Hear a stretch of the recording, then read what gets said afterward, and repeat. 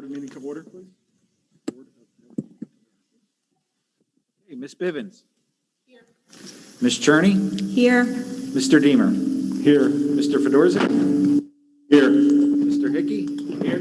Mr. Quelch. Here. Mr. Zawicki. Here.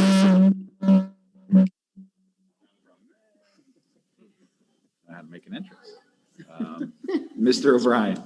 Here. All right, we have a quorum. Okay. Tonight, we're going to start with the interviewing candidate to replace Mrs. Contananza's seat on the board. We have one person that submitted a resume. I'd like to invite Mr. Moore to the podium, please.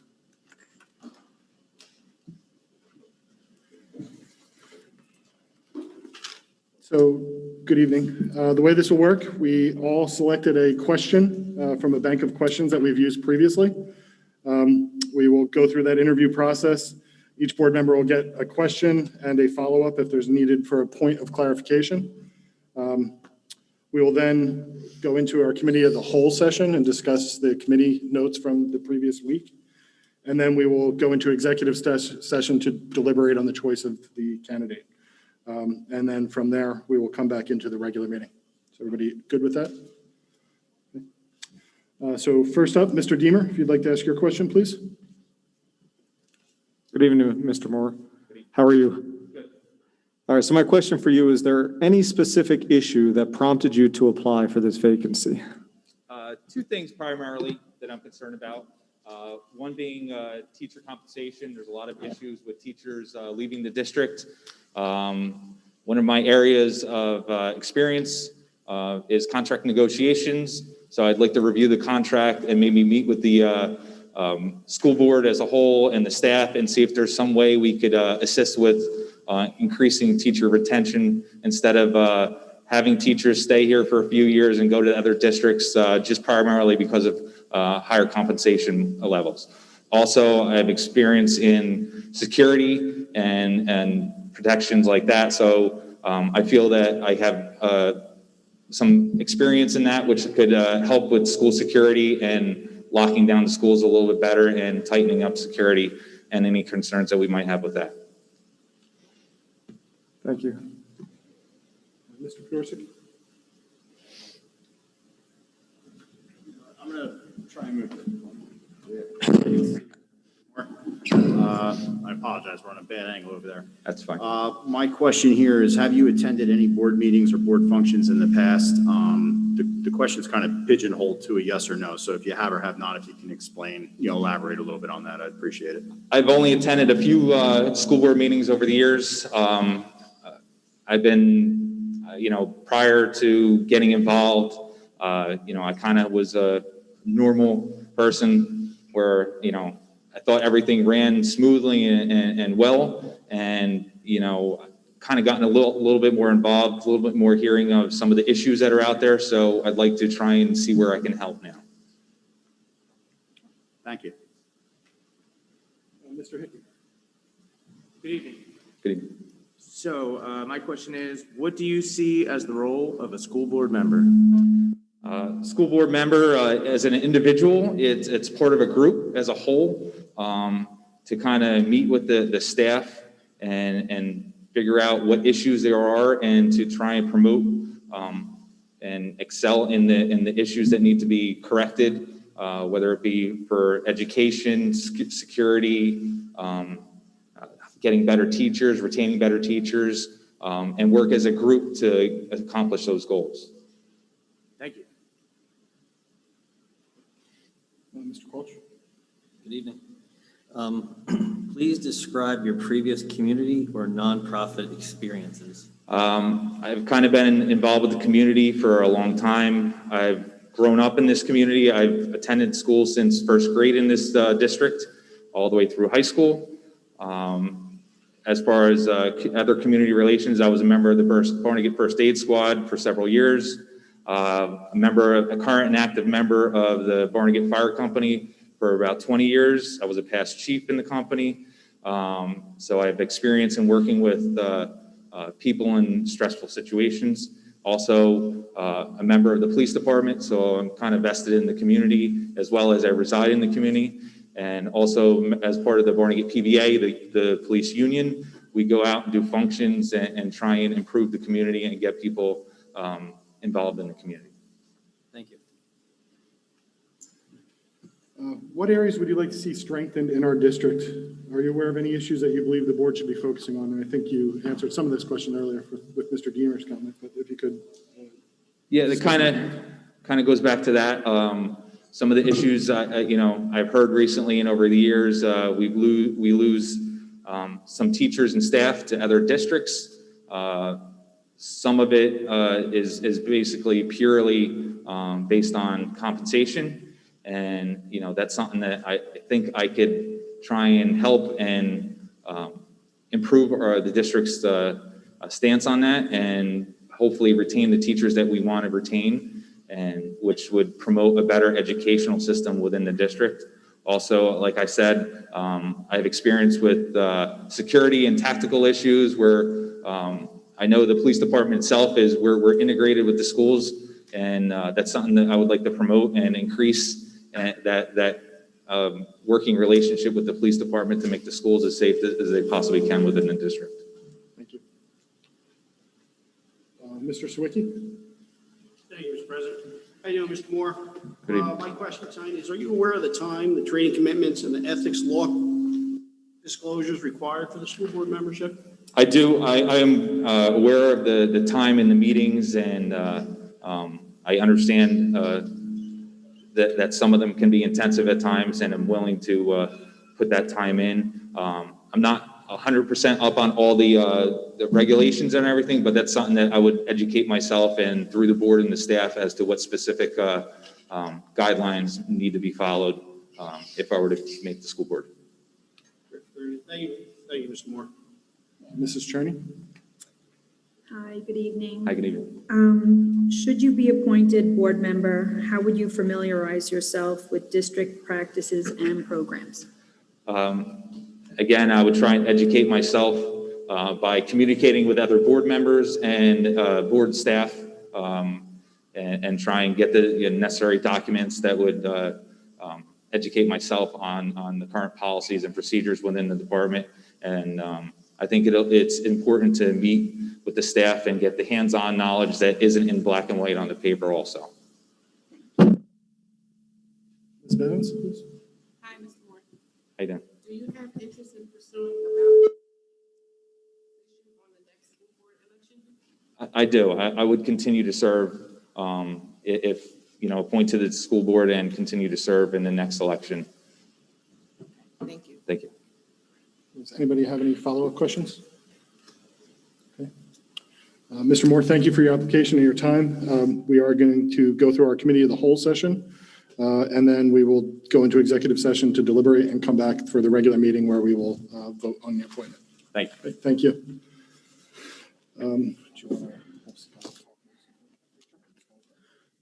Dr. Beck, if you'd like to come up and give your update on the committee, Citizens Advisory Committee, please.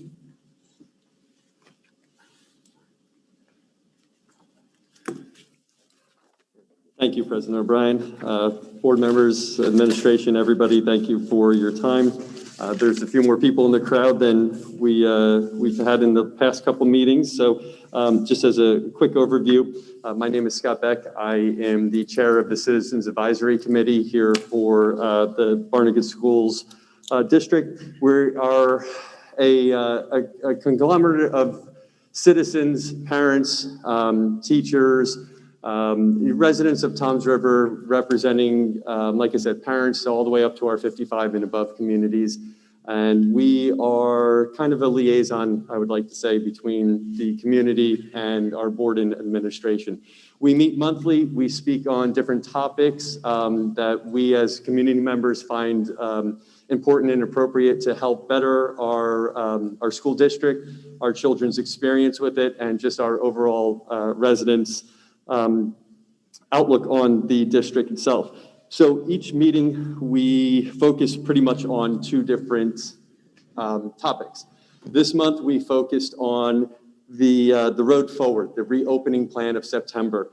We realize that this is a very fluid situation, that daily the Trenton and the governor's office are changing what we are allowed and not allowed to do. So we spoke in detail about where we're at right now.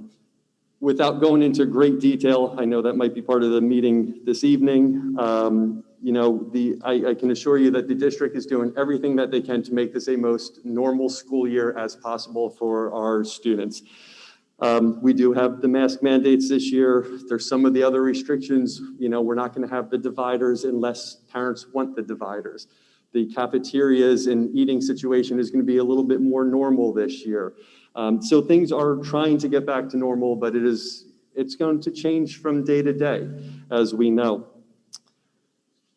We spoke also about how the district is communicating with parents and how the community can communicate more with the district as well. And the district can communicate with the community as a whole. We see whether you have children in the school district or not, our school district is an asset to our community. So we want everybody to be involved and we want everybody to know what's happening in the school district. So they have pride in it and community support for the district. We spoke of several things on that front. There are some different publications in all of our 55 and above communities that we're in works with to potentially get a monthly article out with some updates of what's happening with the district. We're discussing possibly a quarterly newsletter that the district puts together to send out to all the residents. We were speaking of, bolstering our maybe social media presence or a presence on a website where the community can get more information more readily of what's happening within the district.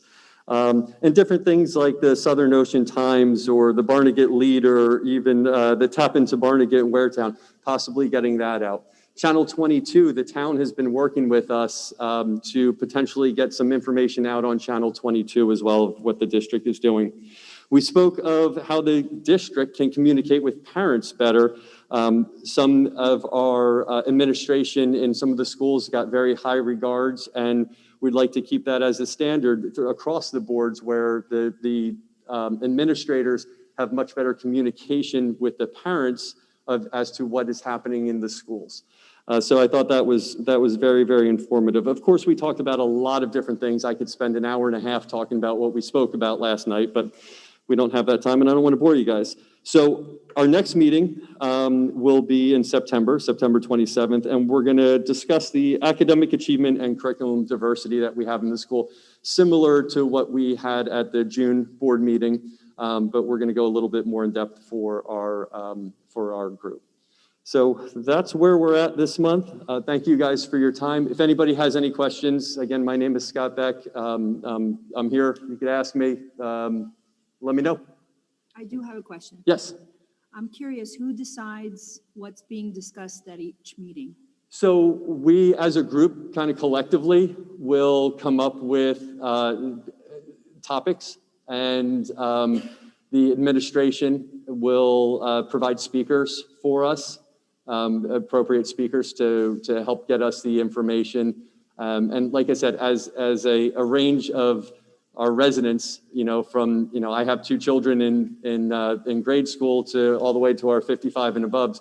What are topics that are important as residents and taxpayers? What are our topics that we feel are important?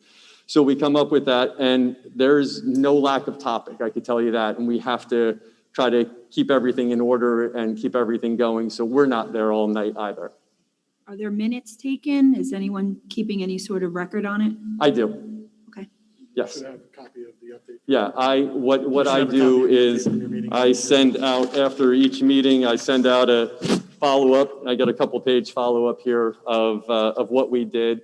And again, is it word for word the whole entire meeting? Of course not. I could write a novel on that. But yeah, usually a 2-page wrap up of what we did. So yes, there is communication with that. All board members should have a copy of that in your email now. Thank you. Anything else? Great. Thank you very much. Thank you, Dr. Beck. So now we'd like to go into the committee discussion. For Finance, B&G, HST, my brief update would be that we are looking to continue facility use for outside organizations this year, which is exciting to get our community groups back in, offering our kids recreational and community-based opportunities. So we're really excited about that. Tonight will be, we discussed the high school cafeteria and some much-needed upgrades. We have normal, regular business approvals that we have to go through this evening. And then you'll notice also on the agenda that there's over 120 students being approved for vocational school. And that was an important topic last night during the Citizens Advisory Committee. Options other than college, and 120 students being approved for vocational schools is fantastic. Now I'd like to invite Mr. Nickel up to discuss the reopening plan, please.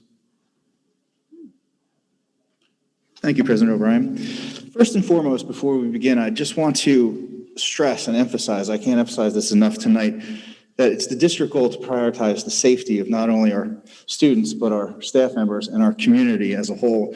And we would like to get back our students and our education as normal as possible, but as safe as possible and permitted as possible as we can do.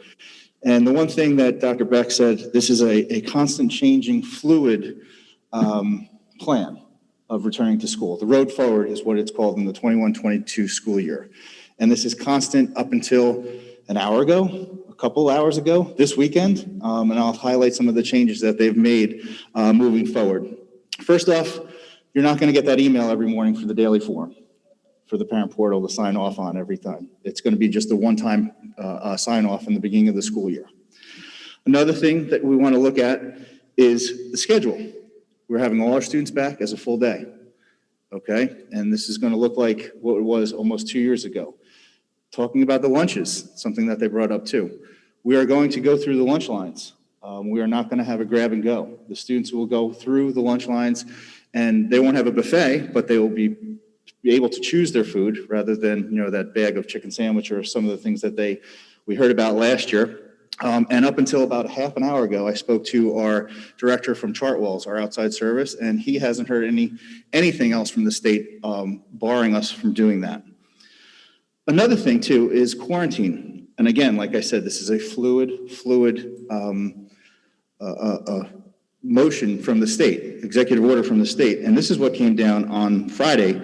And I'll read it verbatim of what the state has said now with quarantines for students, because we still will quarantine if a student does come, is testing positive. But there's an exception. In K-12 indoor classroom settings, a close contact definition excludes students who are within 3 to 6 feet of an infected student, laboratory confirmed or clinically compatible illness, where both the infected students and the exposed student correctly and consistently wore well-fitting masks the entire time. This exception does not apply to teachers, staff, or other adults in the indoor classroom setting. So that is a new thing this year, that in the year past, when there was someone in close contact, they were forced to quarantine. As long as you're wearing your mask properly, you don't have to do that. Instruction will be changed too as well, and we'll be able to pivot to that. We've met this morning with Dr. Latwis, myself, and all the supervisors, administrators, data coaches, master teachers, to allow us, if there's 1 or 2 or 3 students that need to quarantine, that we will pivot to a synchronous live instruction, okay? The students will then log on at a specific time designated by their teachers, but they won't be able to participate. They won't be able to ask questions, okay? They'll be able to watch and learn. There'll be a time after that where there'll be almost like a study, not a study hall, but almost like a home instruction, where the teacher then, or teachers will then log on and educate those students after school, or small groups of students for those 2 hours after school. If an entire class were to quarantine, then we would go synchronous live instruction, again, at those designated times for the teachers, and they would let the the students and the families know that. And then obviously, if there was a full school quarantine, we would then go full live synchronous with the teachers and the staff members. Another thing we will continue, I don't know if you got every Wednesday I sent this out. It was my matrix, and it was composed of different criteria of how many COVID cases the staff had, students had, quarantine, our attendance levels, and also in the town. And I checked the town rate. I've been watching it since the middle of August, and if we were to do a 14-day right now, it's 0.03. So it's consistent to where we've been in the past couple months. And again, with this matrix, again, if you saw, we've changed it a little bit, and it is in our road back, where if we do go to a yellow level, and again, this is on the website, you can go out there and get that, we would maybe go to PPEs. Okay, the district may consider going to certain PPEs. Those could be desk dividers. It could be taking the temperature when you return. It could be daily COVID form. Okay, but if we were to go to red, the district would automatically go to those various PPEs and measures that we've established in the past. And that is in a nutshell, the road forward for the 21-22 school year.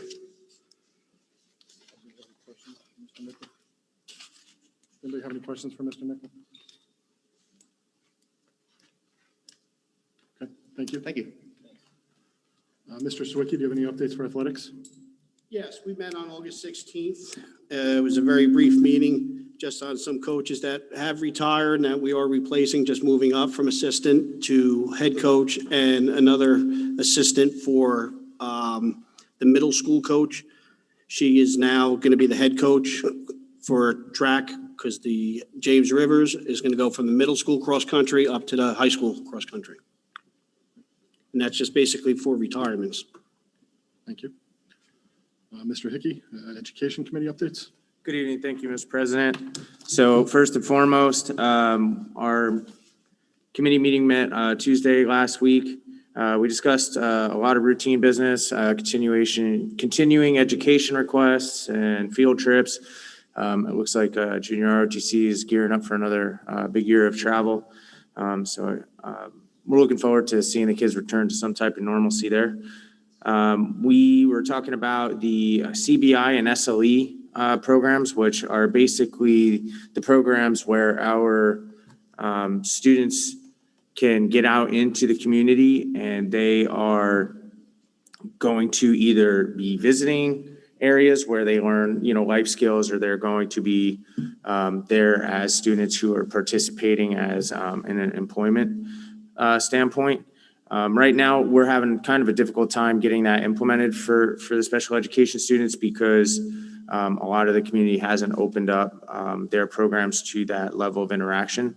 However, we're looking at Barnegat High School as taking on a large majority of that program. So we're looking forward to that. We also discussed the curriculum department 3-year plan, which is a great document. I would recommend all board members get in there so you can really kind of understand, if you aren't on the education committee, what direction things are headed. But the overall goal that we're looking to do is to create or plan lessons that are engaging, student-centered, rich in technology, and aligned with state standards while providing multiple pathways to learning, and to create a culture of high expectations and exceptional performance across not just the staff, but also the students.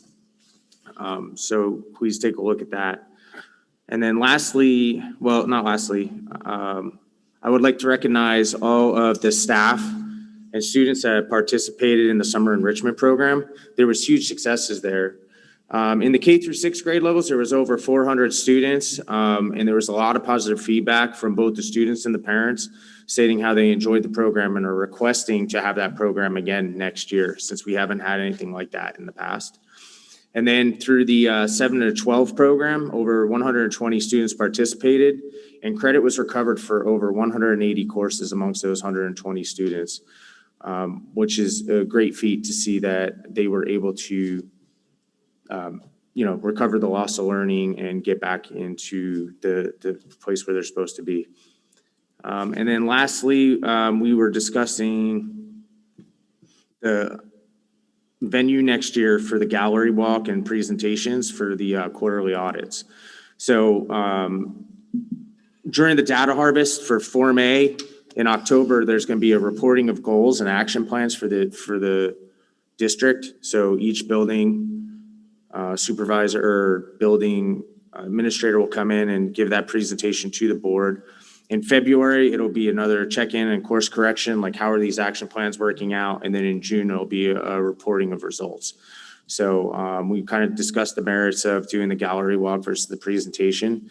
And so we'll hopefully see some more of the interactive type of style of presentation versus just the one-way data dump on us. And that concludes. Any questions? One. What's that?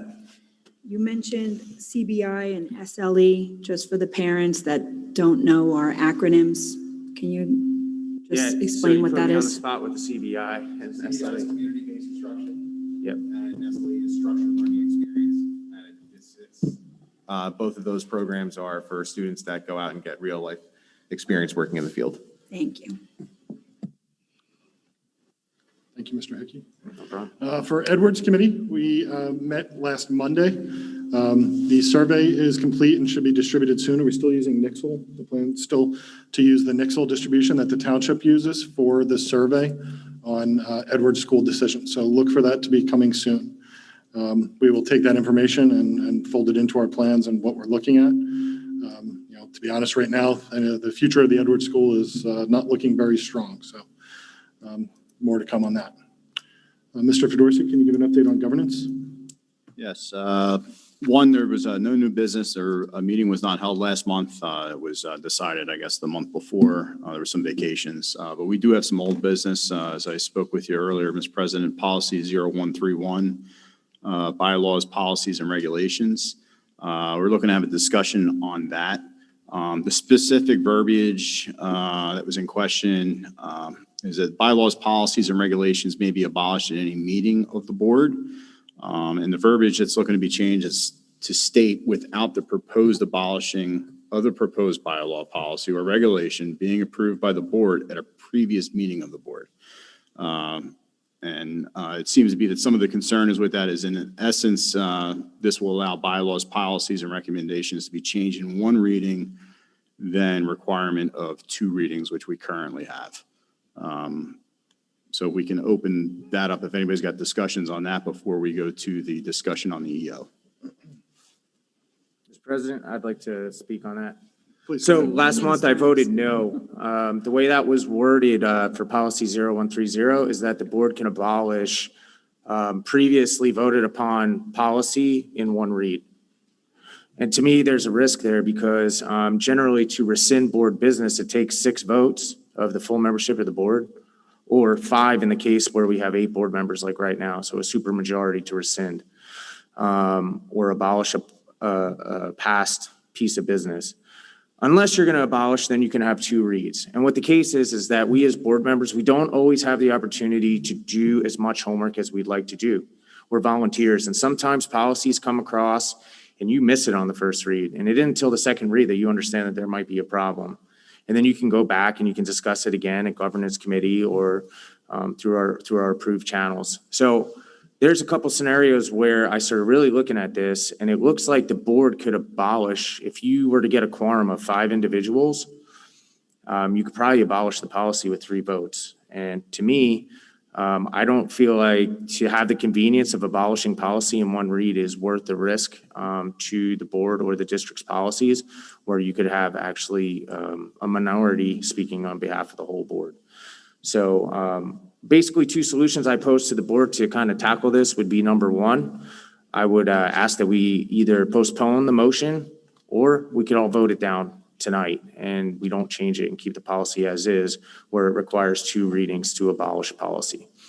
So just jumping in there, within that policy, it gives you the option to do the 1 read or the 2 reads. So what we could actually do tonight, if you prefer to go back to the 2 reads, is not vote no on the policy. We can make that adjustment to say 2 reads, and then it would get passed tonight on the second read with that 2 reads, if that makes sense. So we can adjust that policy. Yeah, because Strauss Esme gives us the option of A or B, right? And we initially went with A. So if we switch it to B, we would still need 2 reads on I that. think we went with B. We're initially with A. Oh, we're I initially think with the A. changes to B.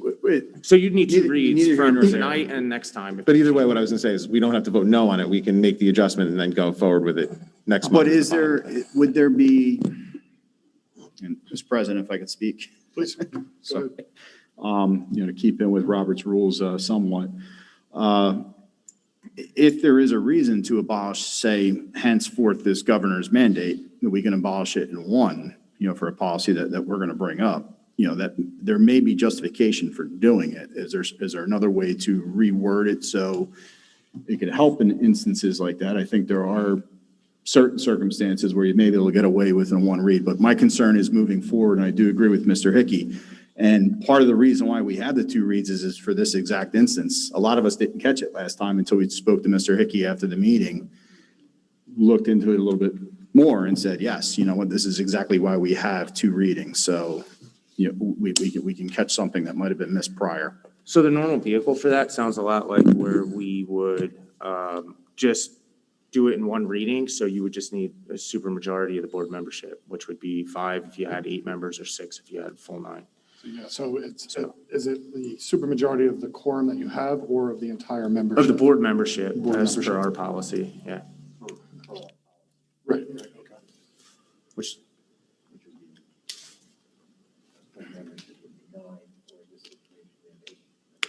be 5. If we were to approve the way it is, we're setting up future boards that eventually have to come back to this and relook at it. And there's a reason why you have two reads. There's a checks and balances there, and I think it's important that we keep those checks and balances in place. Yeah, I've concluded my remarks. If anybody else wants to speak on it, I know Mr. Sawicki had definitely some thoughts about how, Yeah, I missed it the first time around, and then, like I said, after our meeting, and I spoke with a couple others.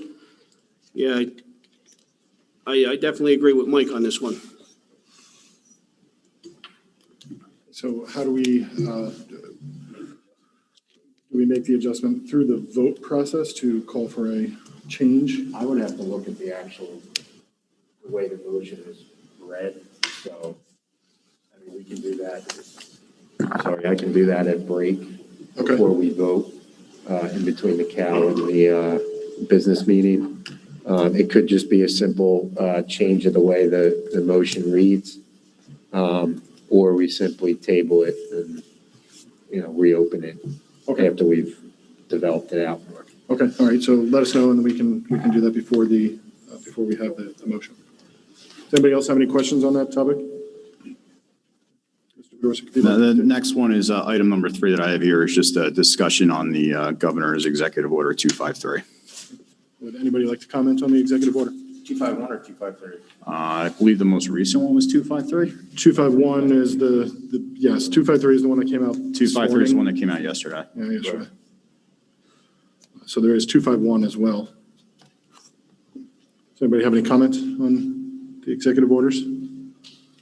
So this is the one with the mask in the building? 251 is the mask. Yes. All right, I'll take a splash if nobody else is going to, Mr. President. Go ahead. All right, so for anybody that might be here tonight, I'd like to put this one on the record. For people that are going to come up, I know Danny Hoffman, our student, he's going to speak on it tonight. He's been vocal on social media. You'd be surprised how many people up here support not having masks. And our community seems to think that this is the appropriate body who can change that mandate. But the problem is we can't.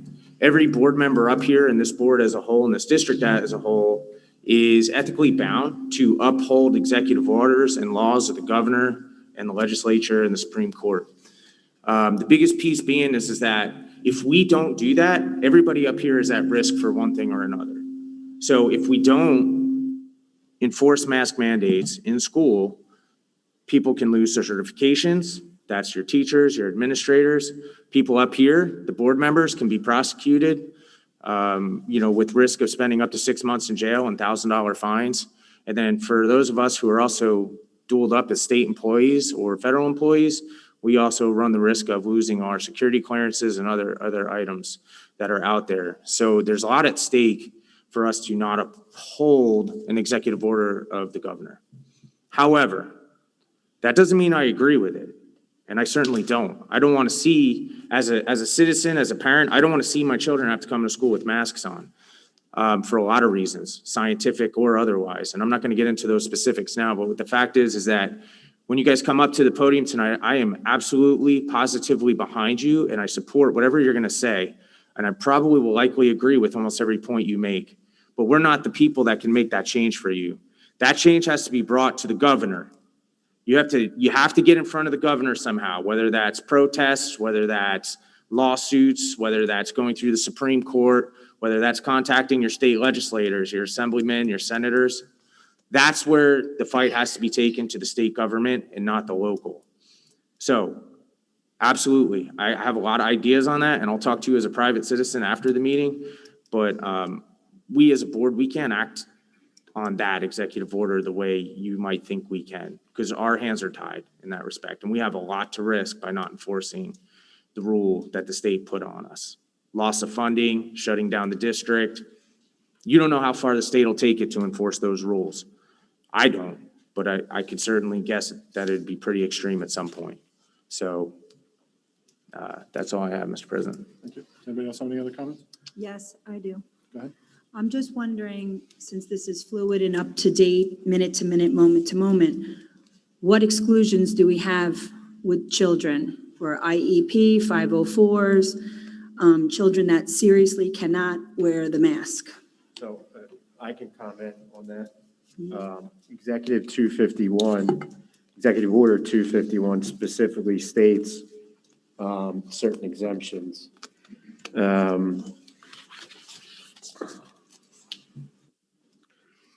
And basically, there's certain exemptions when you have a student has a medical condition or a disability as reflected in an individualized education program or educational plan pursuant to Section 504 of the Rehabilitation Act of 1973 precludes use of a face covering when the individual is under 2 years of age, when the individual is engaged in activity that cannot physically be performed while wearing a mask, such as eating, drinking, playing a musical instrument that would be obstructed by the face covering, when an individual is engaged in high-intensity aerobic or anaerobic activity, when a student is participating in high-intensity physical activities during a physical education class in a well-ventilated location and able to maintain a physical distance of 6 feet from all other individuals, or when wearing a face mask creates an unsafe condition in which to operate equipment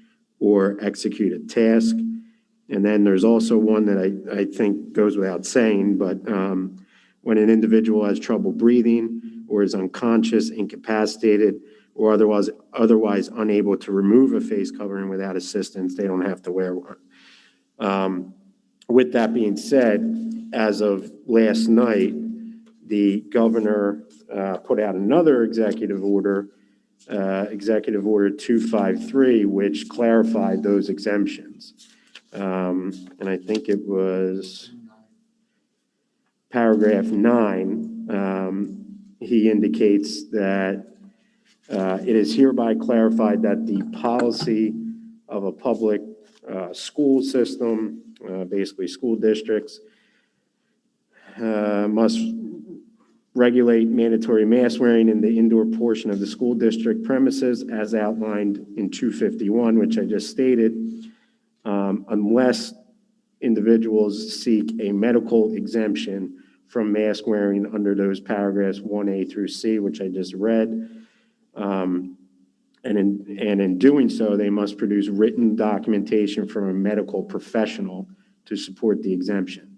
So in other words, in order to get an exemption under 251, you have to provide medical documentation from a doctor that says these things apply to your child. And then the school district considers that and decides whether or not to grant the exemption or not. But they're the only ways that this order allows for any sort of exemption from the indoor mask requirement. Do we have any data of how many children in the district that may be applied to? I leave that for you. Right now, I'm not aware of any that applied for that. I know last year, I want to say it was single. Nobody in special ed, nobody applies, like nobody will be applying? As of right now, I'm not As of aware of right- any. There could be one that got submitted to another administrator, but as of now, I'm not aware of anybody. And last year, we had, I want to say, single digits in the entire district of people that applied for an exemption, like 1 or 2. Okay. And when this does happen this year, because the schools are not giving the option of going virtual, and all the students will be going back, because last year we had, I don't know what the exact percentage is, but half of the children weren't really in the school. So now the school is fully packed, which means a lot of these kids are coming back. My question is, some of them are not going to be wearing masks, or they're going to fight it, or they're going to not want to wear it. How do we enforce that? What is the disciplinary action on that? And also, the children that do get these exemptions, how will we stop administration or children from a HIB incident? Okay, so the first one I can address, as far as students that don't wear masks, it is outlined in the code of conduct that it would be progressive discipline. So students have to wear masks in line with that 251 order. Unless you have a medical exemption or you qualify for one of those other exemptions, you have to wear a mask. So it's outlined in a progressive discipline that it would range from anything from a verbal warning to maybe a phone call home. And if there's continued noncompliance, it could go all the way up to suspension. In regards to the second part of your question, I'm not sure I 100% understand. When you say preventing HIBs, do you mean students making fun of other students because they're not wearing a mask? Students making fun of children not having a mask, a teacher being uncomfortable with a student in front of the class not wearing one for medical reasons. Well, if that student gets singled out in any way, what's the repercussions of that? Student, non-student, if it was a HIB, that would, any student behavior that would qualify for HIB would follow the normal HIB process, regardless if it has anything to do with masks or any of the other distinguishing characteristics that could be there. In regards to a staff member in the district feeling uncomfortable with a student with a medical exemption, if it's a medical exemption, they qualify for medical exemption, that's pretty much the end of the story. And I have a lot of confidence in our staff that they're professionals and they would conduct themselves in a professional manner. Let's hope so. Any other comments, questions on the EO? I just have one question. Correct me if I'm wrong, but it was the governor that said that there was no virtual option. Is that correct? Correct. The governor's made it very clear that there's no virtual option. I believe in potentially Executive Order 251. I believe there was even remarks made in regards specifically to virtual, saying, you know, that the students need to be back in the schools.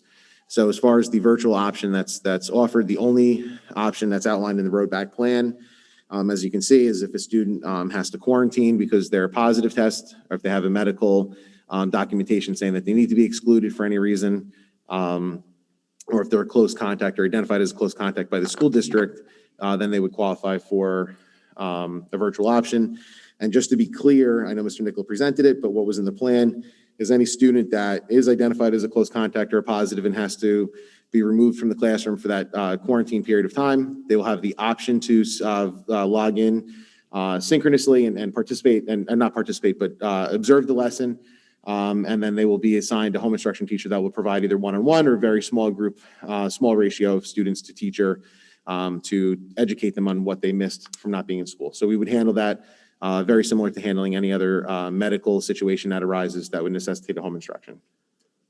Yeah, Brian's right. It's Executive Order 251 that specifically states that the American Academy for Pediatrics has emphasized that in-person learning is critical for educational and social development of children.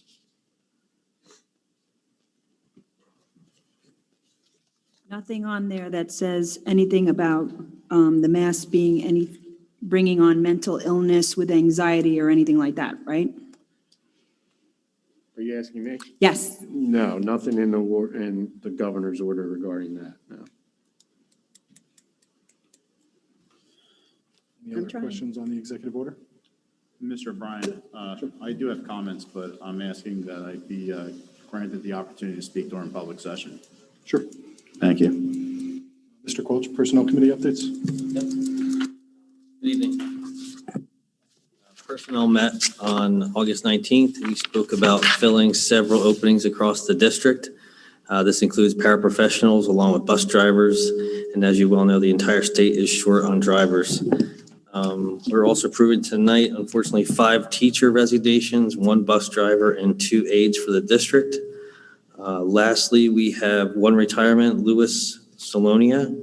I'd like to thank you for your service to the district and wish you all the best. And that's all I have for personnel. I have a motion to adjourn to our first executive session, please. Second. Excuse me. Mrs. Bivens? Yes. Ms. Cherney? Yes. Mr. Deemer? Yes. Mr. Fedorzik? Yes. Mr. Hickey? Yes. Mr. Quelch? Yes. Mr. Zawicki? Yes. And Mr. O'Brien? Yes. All right, we are in.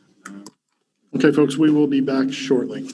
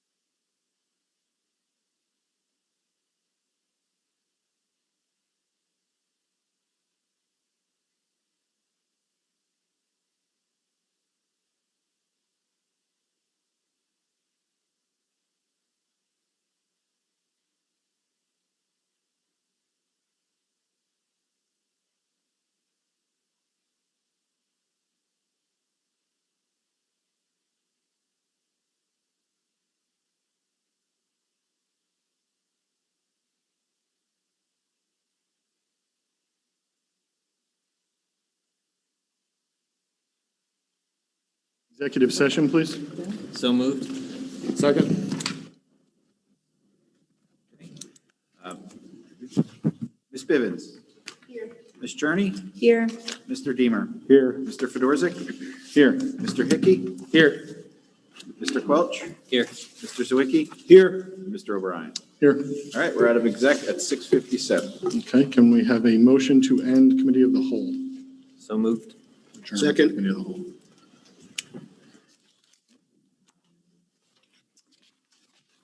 Ms. Bivens? Yes. Ms. Cherney? Yes. Mr. Deemer? Yes. Mr. Fedorzik? Yes. Mr. Hickey? Yes. Mr. Quelch? Yes. Mr. Zwicky? Yes. And Mr. O'Brien? Yes. Okay. Okay, committee of the whole is adjourned. I'd like to call to order the regular meeting for the Barnegat Board of Education for August 24th. All right. Ms. Bivens? Here. Ms. Cherney? Here. Mr. Deemer? Here. Mr. Fedorzik? Here. Mr. Hickey? Here. Mr. Quelch? Here. Mr. Zwicky? Here. And Mr. O'Brien? Here. All right. We are in. Do you want to read the Open Public Meeting Act info?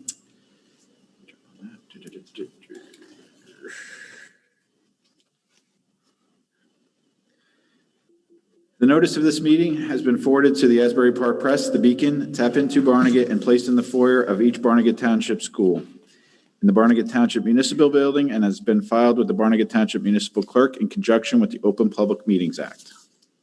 Oops, I did that backwards. Sorry about that. No problem. Please rise for a flag salute. To the flag, to the flag of the United States of America, to the republic for which it stands, one nation, under God, indivisible, with liberty and justice for all. Thank you.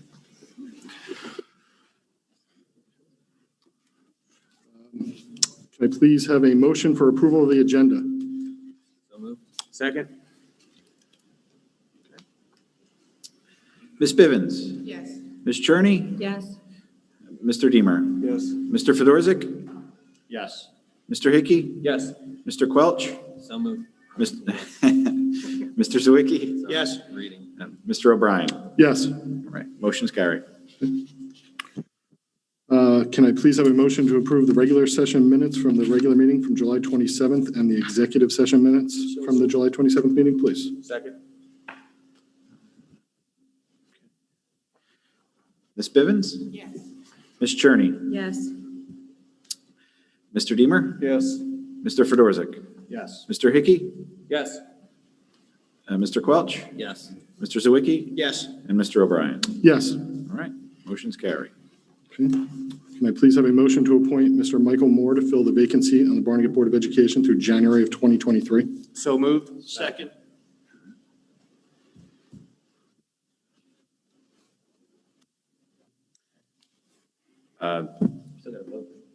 Yeah, this is the discussion portion.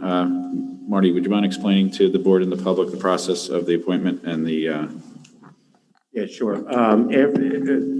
After tonight, Mr. Moore, assuming he gets the full vote in the appointment, he would then have to go through a criminal background check, believe it or not, even with his employment status. And then as soon as that clears, he would then be sworn in at our next regularly scheduled meeting. Any comments, questions? okay, so roll call vote. Ms. Bivens? Yes. Ms. Cherney? Yes. Mr. Deemer? Yes. Mr. Fedorzik? Yes. Mr. Hickey? Congratulations. Yes. Mr. Quelch? Yes. Mr. Zwicky? Yes. And Mr. O'Brien? Yes. Thank you, Mr. Moore, for volunteering and being part of our organization. Congratulations.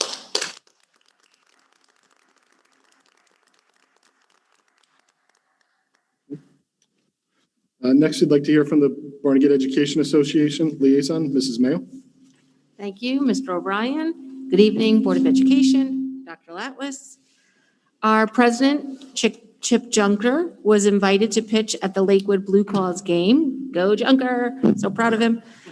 The BEA will be welcoming new members at the new hire orientation tomorrow. We're very excited to meet them.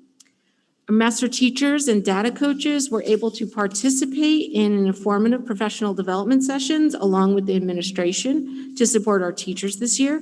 Thank you, Dr. Latwis and Mr. Barbieri, for coordinating this. And the BEA will continue to work alongside Dr. Latwis and the Board of Ed for a smooth school year opening, and we truly appreciate that. Thank you. Thank you, Ms. Smale. Turn it over to Dr. Latwis for the superintendent's highlights and information. I just wanted to piggyback on a couple of things that were said a little earlier.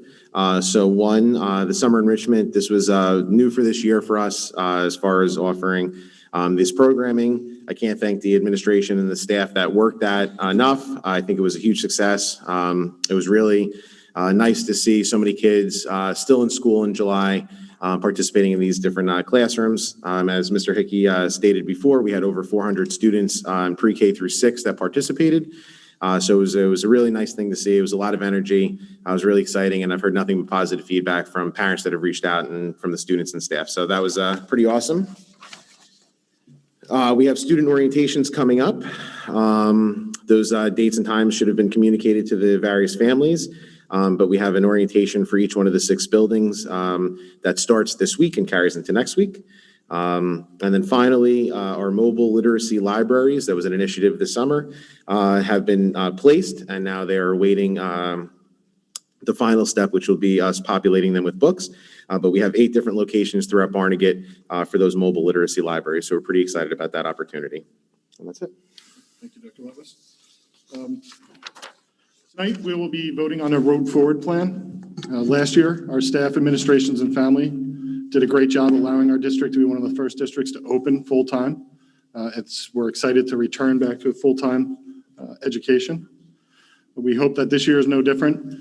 The plan we are voting on tonight has been said a few times. It may change 100 times before the doors open. It might have changed while we were here. We are committed to opening our schools on time and being able to provide a safe, stable education for our students. I'd also like to thank BJ's Wholesale Club for their generous donation of PPE, which we will be voting on tonight, and congratulate Mr. Saloni on his retirement. I'd also like to make a few brief comments about masks and the executive order. I did write a letter to Governor Murphy with support of your Board of Education. The resolution will be voted on tonight.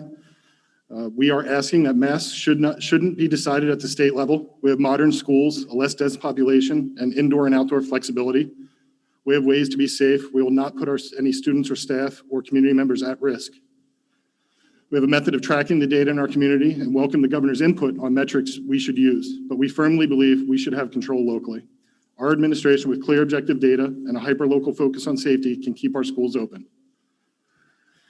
Going on to the executive order, there are some exemptions to the mask requirement, which has been briefly discussed tonight. If we're outdoors, masks are not required. If you're participating in sports activities, aerobic, anaerobic activities, no masks are required. Section 504, the Rehabilitation Act of 1973, can also provide exemptions for students with IEP. I suggest you check with your student's guidance counselor to get a thorough understanding of this process. A letter from a medical professional would be required for any consideration as part of the process.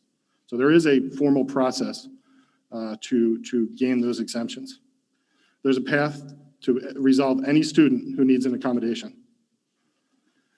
It's important to understand state funding. We receive a lot of money from the state government in various forms. If we lost any funding from the state, it would be a direct impact on the education of our students. That's not a risk that we can take. I'm sure none of you want to pay more in taxes. Your school board here, all the community members that we are here to serve. That said, we did swear an oath when we were elected in this position. The first item we swore to is, I will uphold and enforce all laws, state board rules, and regulations of the State Board of Education and court orders pertaining to schools. Desired changes shall be brought about only through legal and ethical procedures. Put plainly, we must work within the bounds of legal and ethical requirements. Our personal view stops at the door. We are writing letters and we are voting on a resolution tonight. We are doing what we can. What I ask is that you take your passion and desire to Trenton. Work with us to push the governor to let our district decide what will work with us as a community. And that's really where we need our focus to be, is where the decision makers are. We are not the decision makers. We are receiving these same orders that you are. So that was all for my remarks. Can I please have a motion to enter public session? So moved. Second. Ms. Bivens? Yes. Ms. Cherney? Yes. Mr. Deemer? Yes. Mr. Fedorzik? Yes. Mr. Hickey? Yes. Mr. Quelch? Yes. Mr. Zawicki? Yes. Mr. O'Brien? Yes. All right, we are in public session at 7:05, and I'll read the.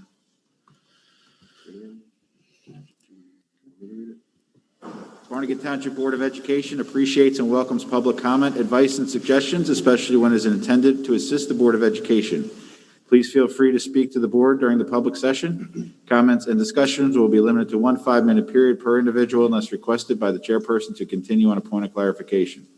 Public comment at a special meeting of the board shall be related to the call of the meeting in accordance with the Board of Education policy. Each participant must be recognized by the presiding officer and must preface their comments by the announcement of their name, address, and group affiliation if appropriate. Your anticipated courtesy to the members of the public and the board is appreciated. So we have participants both online in the Zoom chat, in the Zoom channel, and also in person. If you are on the Zoom and would like to ask any questions, please just put a note in the chat feature and we will call on you. We'll start in the room here. Ma'am, with your hand raised.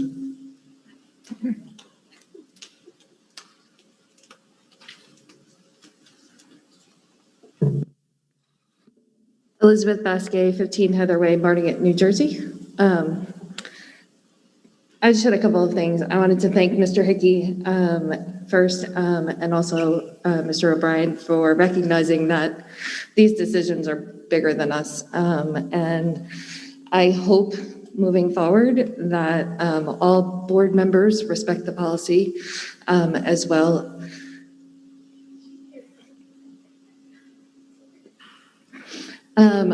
My other thing is I would like to thank your administration team. Through the Citizens Advisory Committee, we have been able to have discussions and they've always been open to listening to our feedback. And I do really appreciate the opportunity that all of the parents are getting from the reconfiguration, which I come up here about all the time, for the parents and the families to be able to get in the school prior to the doors opening. And thank you for getting the class list out relatively early enough so that ease some of the nervousness for going back to this secondary unusual year. I do have one question with the masks, whether we agree with them or not. For those of you who may disagree with the masks, I want to point out one thing and then ask a question. By this new order saying that you are not a close contact you're not a close contact if you're wearing your mask properly. So you avoid quarantine by wearing the mask. You avoid staying home. You avoid being pulled out of school by wearing your mask properly. So keep that in mind for all the objectors out there. But in administration, I just, as a parent, have a question for those of us who are still concerned. If my child is wearing her mask properly and is within the same classroom, what are the notifications going to be? Are we no longer going to get the notification that someone in our child's class has been tested positive? No, I would imagine we would do the same in notifications that we've done last year, as far as notifying parents if there's a positive, and especially notifying parents if there's a close contact. Okay, so I didn't know with the close contact rules changing, if the notifications would change. Just, I don't expect you to have an answer. It's obviously one of those fluid things, but something to consider because there are many of us that even if you're not wearing and then what would happen, let's say, if I chose to keep my daughter home because someone in her class has tested positive, even though she's not required to stay home as a close contact. So right now, the way that it's outlined right now is that the only way that you could opt for the home instruction virtual option would be if the school identified the child as a close contact. So if a parent chose to keep them home, it unfortunately would follow the normal attendance policy. Okay. Got it. Good to know. Thank you very much. No, good question and good feedback. Thank you.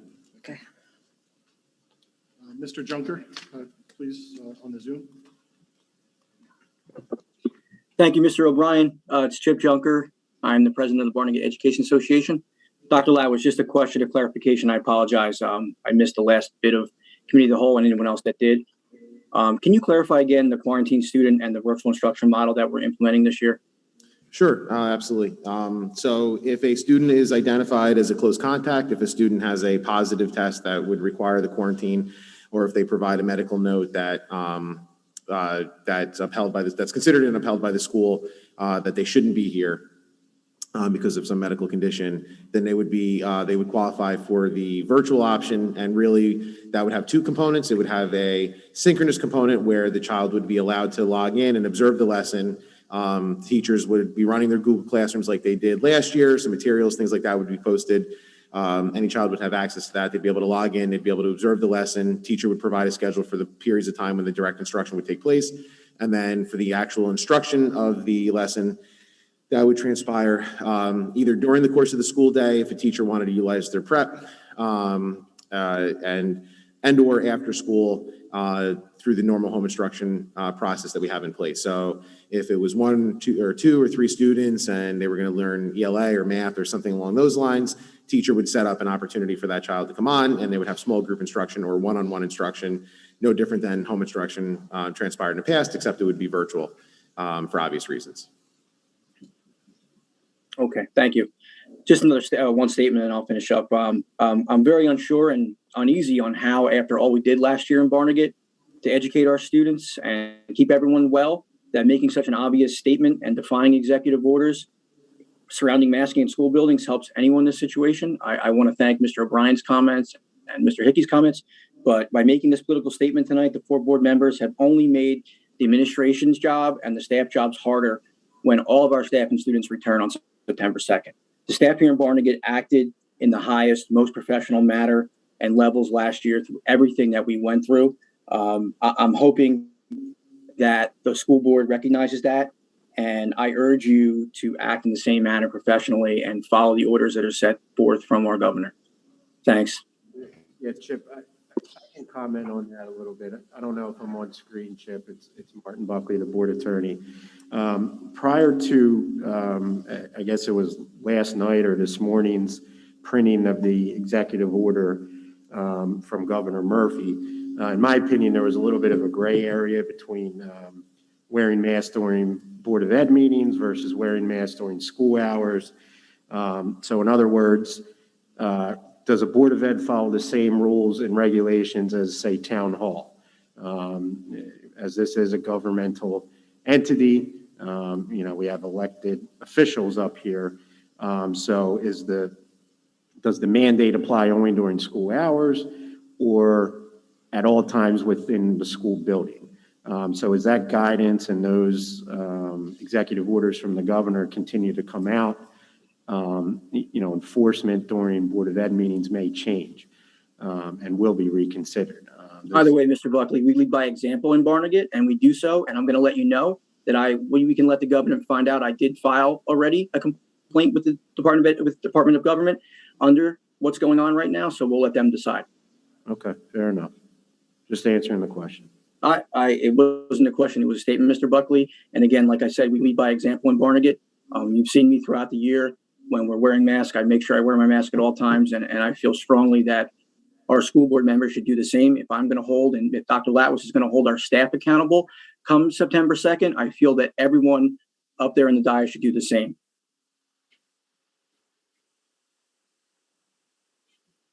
Thank you, Mr. Junker. Do you have any other comments? No, sir. Thank you. Is there anybody else in the audience that would like to speak? Sir?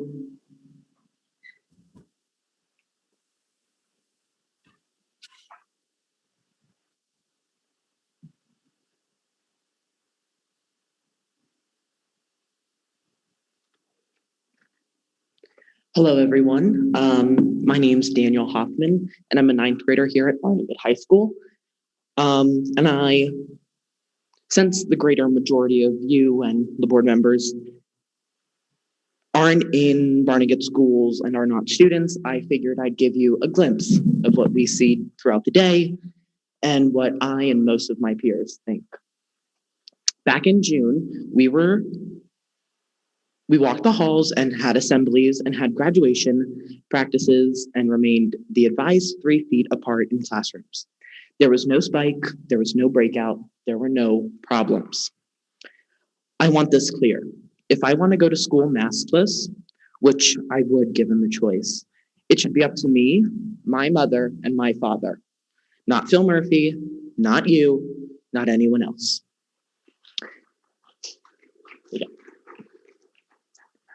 Now, you may think that every single teenager is irresponsible, but that's a gross lie. We know what's at stake, and most of the time, we know what's best for us. We haven't even been asked what we think at all. So I took it upon myself, and I polled my classmates a few weeks ago. 60% of them didn't want to wear the masks. Another 3% were unsure, and that leaves 37% not wearing the masks. Those who said they were not going to opt for masks felt they were trapped by them. And so do I. But sadly, this hasn't been just about being, I guess you could say, scientifically trapped. It's turned into a weapon. Some would say political weapon, some would say bartering weapon. Nonetheless, it's been used against us. Don't believe me? Well, hear this. These masks have pinned 2 sides against each other in a pit of fury, just so that we can look like idiots. If you don't agree with this person, you're wrong. And if you don't agree with that person, you're wrong. This has become such a game that I've lost several close friends, all because I had to take a stand for me, for my classmates, for my rights, and for my classmates' rights. As I stand here, 4 of our Board of Education members are not wearing masks, and some others have their masks halfway down their face. Here's a question. Why you and not us? Why are we masked, divided, and separated, but you aren't required to wear them or put up dividers on your desks right here? The hypocrisy is sick, and the separation is real. The hypocrisy can even continue. Does COVID not exist in heat? Does COVID not exist in sports? Does COVID not exist when we can't breathe? Does COVID not exist in gym class? Or how's this? The word medical professional can get spread so far. What if a dentist gives a medical exemption? What if a chiropractor gives a medical exemption? A medical assistant? So now I am pleading to you, Mr. Latwis, Mr. O'Brien, Mr. Hickey, Mrs. Cherney, Ms. Bivens, Mr. Sawicki, Mr. Deemer, and Mr. Federozic. I'm not asking you to betray your oath. I'm not asking you to go against the governor or the state assembly. I'm not even asking you to get rid of the mandate. I'm rather asking you to include all medical exemptions in your reopening policy, whether it be mental health, disability, heart conditions, everything, because those all classify as medical exemptions. I'm asking you to join our fight. Even Mr. Hickey said before himself, this may not be our space. So give us a platform, give us a space, help us push forward. There's 8.8 million New Jerseyans, so help us. Bring us back to normal. Take the politics off my face. Take the politics out of my friendships. And for the love of God, keep the politics out of our livelihoods. Because before you know it, we will all be miserable and uncanny human beings. I yield my time. Thank you.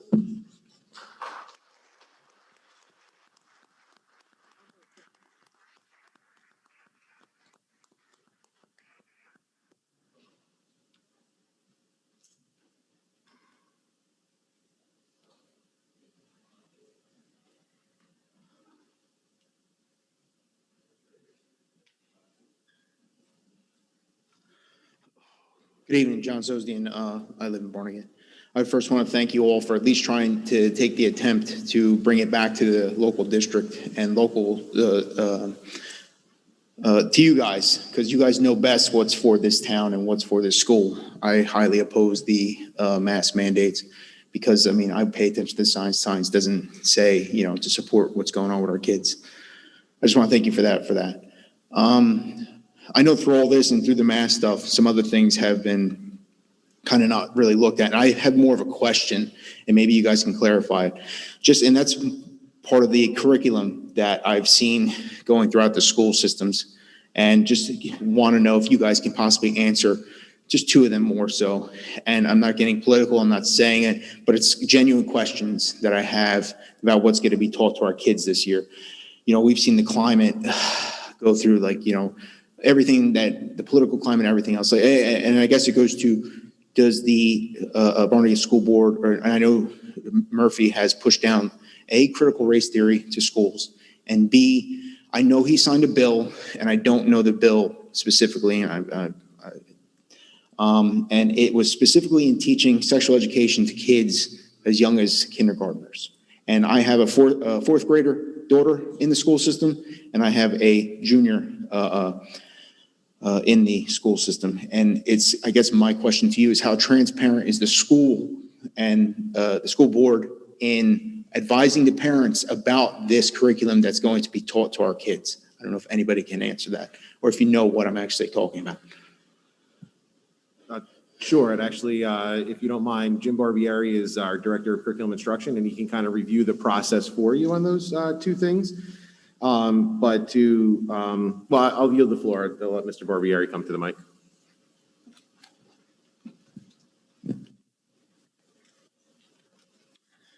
All right, good. That's loud.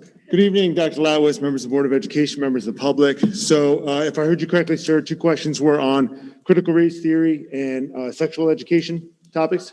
A specific bill that he signed into law last year and included that, yes. I'm not saying that there's a bill towards a critical race theory. I know that's a big push in schools. So that's a little bit easier to address. I can address that directly and head on. And the answer is that is not part of the curriculum whatsoever. Okay, we got clarification on that most recently. Actually, we have monthly county meetings with the Department of Education, and they clarified the once and for all that is not part of the standards. We teach the New Jersey Student Learning Standards. We're totally transparent about that. That is completely on our website. All the curriculum is obviously available for members of the public, whoever would like to take a look at that. And actually that does go through a stringent review process, first at the local level, and then at the county level, and then at the state level. And we have passed what's called the CUSAC process for our curriculum at all those levels. And it was clarified that critical race theory is not anywhere listed in the standards. Now, that being said, kids have questions about it. So I'm not going to say that topic cannot come up ever in class, or that kids won't ask their teacher about, these types of things, but that is not something that, that we particularly espouse, or, that's not being like indoctrinated to the children in any way. The next question, and there's a couple, and the reason why I asked about this, sexual education topics versus some of the, it's called the A4454, diversity and inclusion. And in the curriculum world, we kind of got hit, unfortunately, with two separate things at the same time that have caused a lot of confusion for folks. And one is a diversity and inclusion bill, okay, and then the other is a, actual update to the health and physical education standards. So I'll address that one first, right? So the health and physical education standards, they were most recently revised June of 2020. They were supposed to be implemented this September. Okay, but given a lot of questions and things about, about that nature, the Department of Education has delayed the implementation 1 year because many of us in the curriculum world were reaching out with questions. Hey, what does this look like? And can you give us some specific examples of what Trenton is expecting to see? And I think because of the outcry from, folks at our level, reaching out to the Department of Ed, wanting more information to be able to inform the public, they said, okay, hey, we need some time to kind of get some things in order. This is a big shift for all of us. So, debatable how big of a shift it is, because that kind of leads me to my second point, which is that bill A4454, diversity and inclusion. Now that has topics related to gender identity and things like that. And that, I think, is what you're referencing, because that was mandated that is taught from the kindergarten level on. Now, let me be completely clear. Diversity and inclusion is not the same as sexual education. So I get the question a lot in my office, hey, are we teaching the kids about gay sex or how to live, a particular lifestyle? We don't support or defend any particular lifestyle choices. We respect families, and individuals' decisions to lead, their own lives. We just promote diversity and inclusion, as we've always done. That's character education, same thing we had as a kid. So what does that look like in kindergarten? Hey, that means everybody's different. That's awesome. Everyone's got a seat at the table. Everybody matters. Now let's learn some math. You know what I mean? It's kind of like moving on with that. So there are specific examples on the curriculum website of kind of what that looks like. We wanted to take some of the mystery out of that for parents. I know there's a lot of, I have 2 elementary children myself. Actually, one's going to 6th grade now. So you will be starting some of the life science family life planning, but also to help folks in order for them to make, informed decisions about what's best for their family. And listen, I get it. Again, I've got a child. I want to be able to have that conversation with my son myself, So we did take and put on our website, pretty much laid out what topics, and it does begin in 4th grade for actual human sexuality, because, some kids develop at different rates and everything like that. So, it starts with split the boys and girls up. They watch a video, your body's going to go through changes and kind of go through there. And then middle school is where you get more of, the topics of actual reproduction and the mechanics of it, if that makes a lot of sense. But that is all listed on our website, along with an opt-out form. I do want to be clear. Folks can opt out of the family life, reproductive health aspect, the diversity and inclusion, because that is embedded throughout. And again, I think there's a lot of misnomer about that, because a lot of folks, again, because they kind of came out at the same time, it was very confusing. So a lot of people thought, hey, and rightly so, I'd be very concerned too. Hey, what are we teaching kindergartners? But those are 2 separate things. And as I stated, you can opt out of the family life aspect of things, but the diversity and inclusion is interwoven through all the curricular standards. So there is no opt-out, option for that. It's just kind of how we teach. And again, that's character education. That's, hey, everyone's a little different, and those differences should be celebrated. We value diversity, we value inclusion, and things of that nature. My only concern is that it's not going to confuse the kids and start saying, you can be this, you can be that. We don't tell kids what to be other than we celebrate. They get the sex education. Yes. No, and I listen, I totally understand where you're coming from with those concerns and stuff like that. We say often, we don't teach kids what to think, we teach kids how to think. So we don't ever want to, impress upon them that they should or shouldn't be a certain way. And it's interesting when you see the kids, they tend to be very accepting in my experience, being in classrooms and stuff like that. The kids tend to value diversity. They don't necessarily see these things. So that's a good thing in the sense that we're a community of learners where everybody is somebody, everybody matters every day, and we just want to celebrate that. There's a seat for everyone at the table, whatever you look like, act like, worship, whatever the case may be. There's room for everyone, and that's really the spirit of that bill. It's just unfortunate, that both kind of came out at the same time, and I don't know that.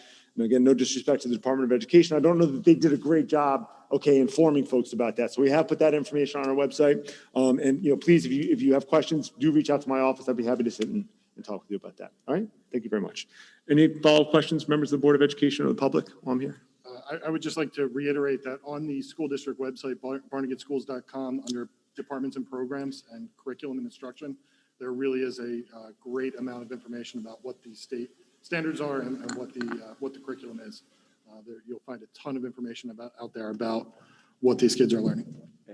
And sir, I don't know if you're still over there, but can you just spell your last name for the record? There you are. My name? Yeah, your last name. Sosdian, Sosdian. And I just want to close my statement in saying, thank you for bringing the mask policy, try to write the letter to the governor, and hopefully, we can keep politics out of our kids. And I feel like it's getting, crazy in that way, but hopefully you guys just continue to keep politics out of the school system and work as hard as you do for our kids in the school. Thank you.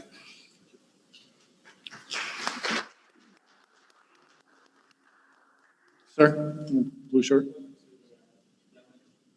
You have to come to the mic. You have to name and address for the record, please.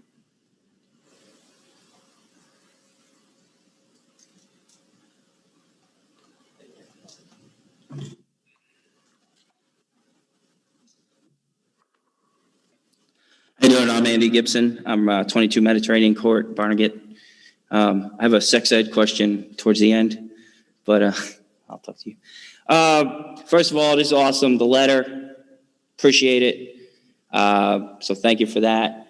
That being said, I would have really appreciated some of your voices 6 months ago, a year ago, 18 months ago, where at least one of you would have stood up and said, or even abstained from it. You could have still,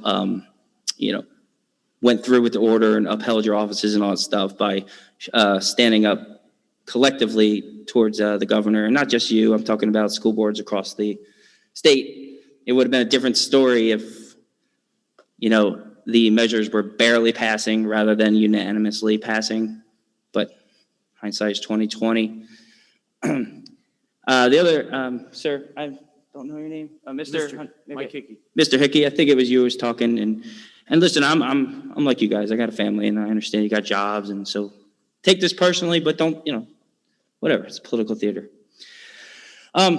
So I know you guys have sworn oaths, and you have other consequences that would, if you threw anarchy up there and said, no, Murphy, we're not doing this. I know there's consequences. You have families, jobs, careers, certifications, imprisonment, things like that.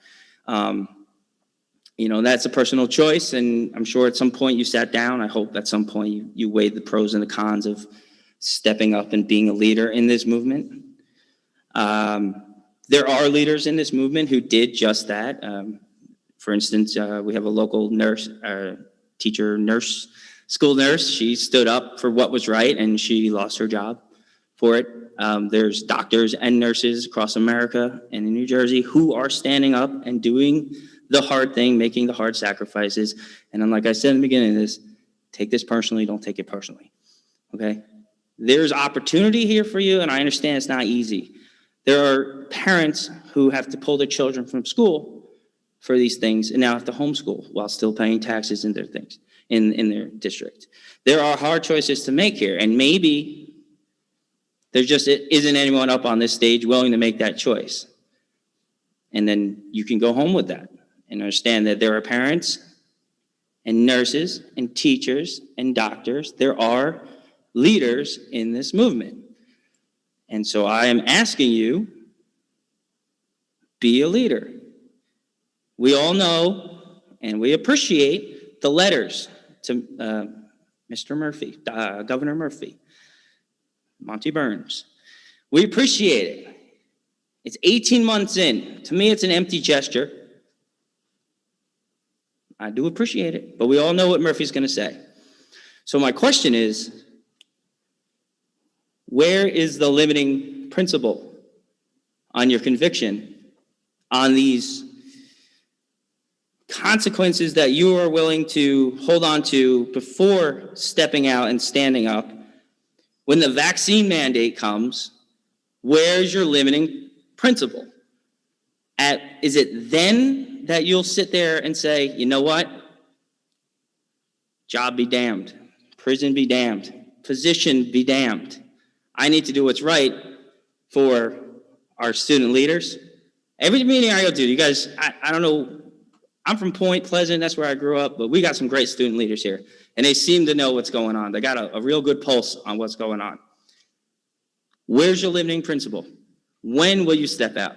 When it's never going to be comfortable. I had to pull my kids from school. I'm the only, that's not easy for me. I moved down here for the school system. My limiting principle is that my child, here's my limiting principle. 372 children under 18 have died from this thing out of 73 million children in America. My child is statistically immune to COVID-19. He will never die from COVID-19. He needs to be here, learning. So I just want you to go home, and thank you for letting me talk. I'm sure I'm at my 5 minutes. I like to ramble. I'm running for Board of Education, sorry. Listen, go home and think about it, and write it down on a piece of paper, and say, this will be the day that I stand up. This will be the day that I will say, job be damned, certification be damned. And when we go to Trenton, and we do go to Trenton, come with us. It's a great time. They got food, music. You can talk to constituencies. Come with us. Thank you for the letter. Please write down when you get home when you will be brave enough to stand up. And then for the sex ed teacher, if I may, I think the question we... Excuse me. You can ask your question towards the board. Your time is up. Put your mask on. Thank you for the time. I'll ask him. Anybody else in the audience that'd like to speak?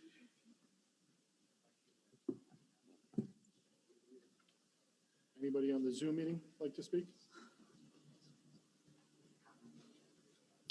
Mr. Fedorczyk, you mentioned you wanted to speak Yes, publicly. if I may, I'd like to step down to the podium. Please.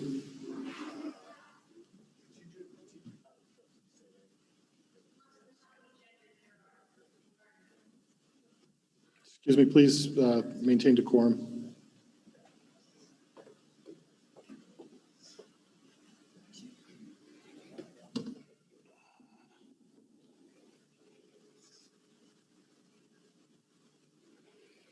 Sir, can you state your name and address for the record? Good evening.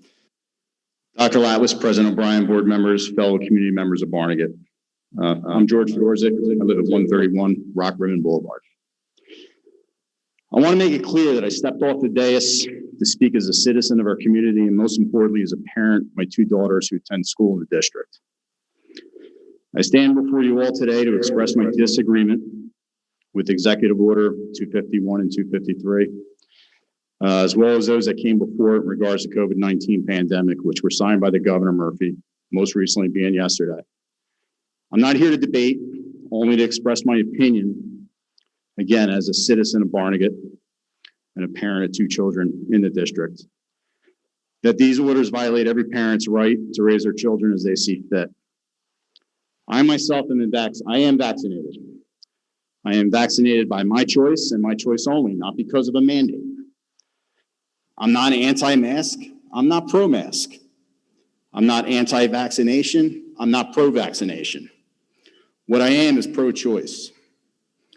With that being said, I hope we not just make the most appropriate choices for ourselves, but also for those around us, and I hope that that ideology can be reciprocated. I respect an individual's decision to not wear a mask as much as I respect the decision to wear a mask. I respect the person's decision to attend a beach concert alongside 40,000 plus strangers if they feel comfortable to do so. As well as I respect anyone's decision to go on a family vacation to a country listed on the CDC website for COVID-19 as a level 3, which states that there's a high level of COVID-19 in the country. But I reaffirm my statement that it is your decision to do so. I am not here to judge you. I'm not here to judge anyone. What I cannot respect is the divisiveness that this pandemic and this EO, all these EO, have created. I see every day arguments and just plain meanness that has engulfed not just our community, our state, but our entire country. All because we don't agree, like Mr. Hoffman said, young gentleman came up before, all because we disagree. What I cannot respect, again, like I said, is the divisiveness that this pandemic and these EO have caused. All right, this direction that we're going in right now with this divisiveness, it is only going to tear us apart as a community. It's going to leave a mess for our children to have to figure out. I really do fear that it's only a matter of time that our children are going to be mandated to receive a vaccine that has yet to prove its full worth, and more importantly, show side effects that have yet to come, that are most certainly going to happen. I urge Governor Murphy to rescind EO 251 and 253 and allow the decision to be made locally by those with boots on the ground. Our parents, our rights, a parent's right to raise their child as they see fit should never be compromised. And if we allow our parental rights to be compromised now, we are ultimately conceding to a domino effect that will have a long-lasting negative impact on our ability to decide what is best for ourselves and for our children. Mr. O'Brien, I thank you for the time for me to be able to step down. That's all I have.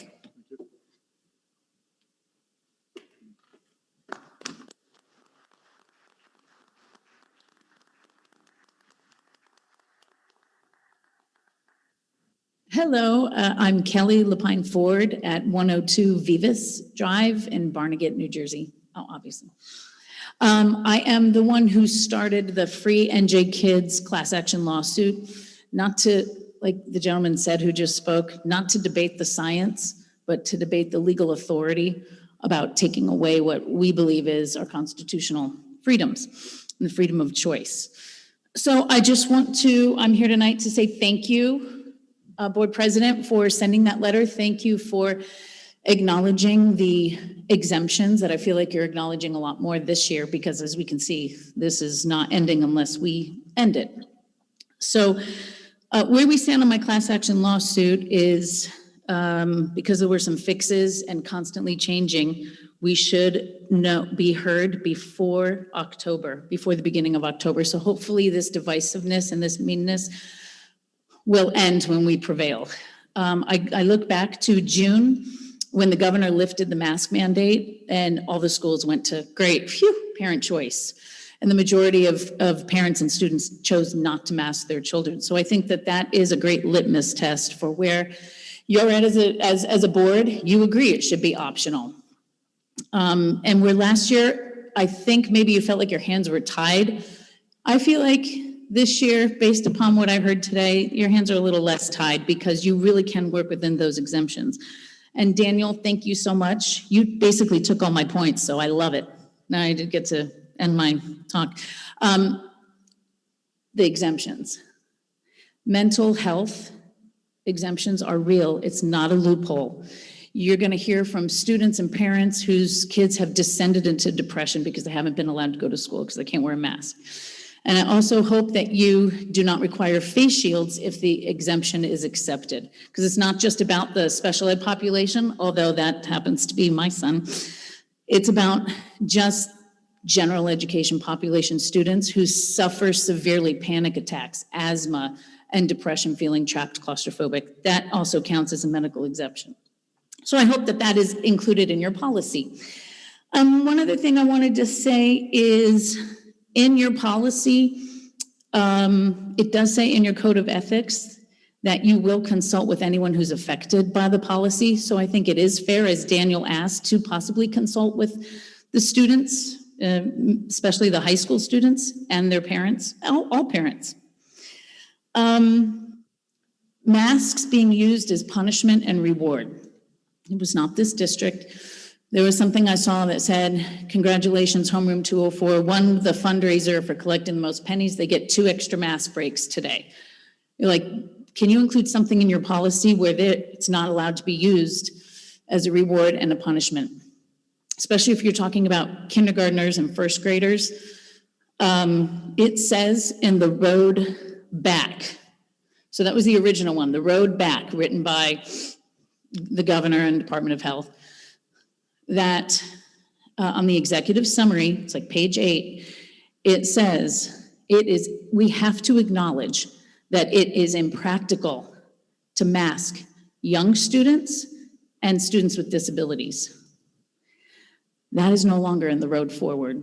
So they knew it, that something's not right with kids learning how to read and needing to see the teachers' faces, needing to see each other's faces in speech. They knew something wasn't right, but they took it out. So it's no longer there in the road forward. Okay, so that is basically all I have to say, except thank you again. I really hope that this is all over soon because we just need to get back to school and learning. And like Daniel said, just stop with the mask politics. Thank you.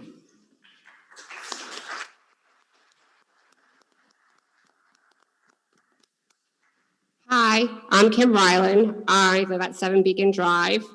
I am the mother of Ethan and Evan Kotler, who are pre-K and kindergarten. And I'm also the mother of Matthew and Megan Cheney, who are juniors. I'm only now a mother of 3 children in the district, as my son Matthew Cheney has transferred out of district. But I am here because I have all aspects. I have teens and toddlers, and I see everything.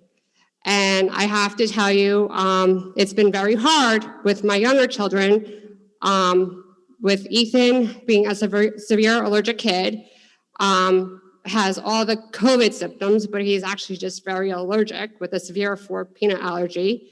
I also have Evan, who did the mandated 1-year-old MMR shot, who has now symptoms and is followed by a hematologist every 3 months and is immune compromised. And we do not know the future of him, of what his medical condition will be. But I have to tell you that even as a 4-year-old, had been so many times had issues in school wearing a mask that it came to a point where we have a doctor's note.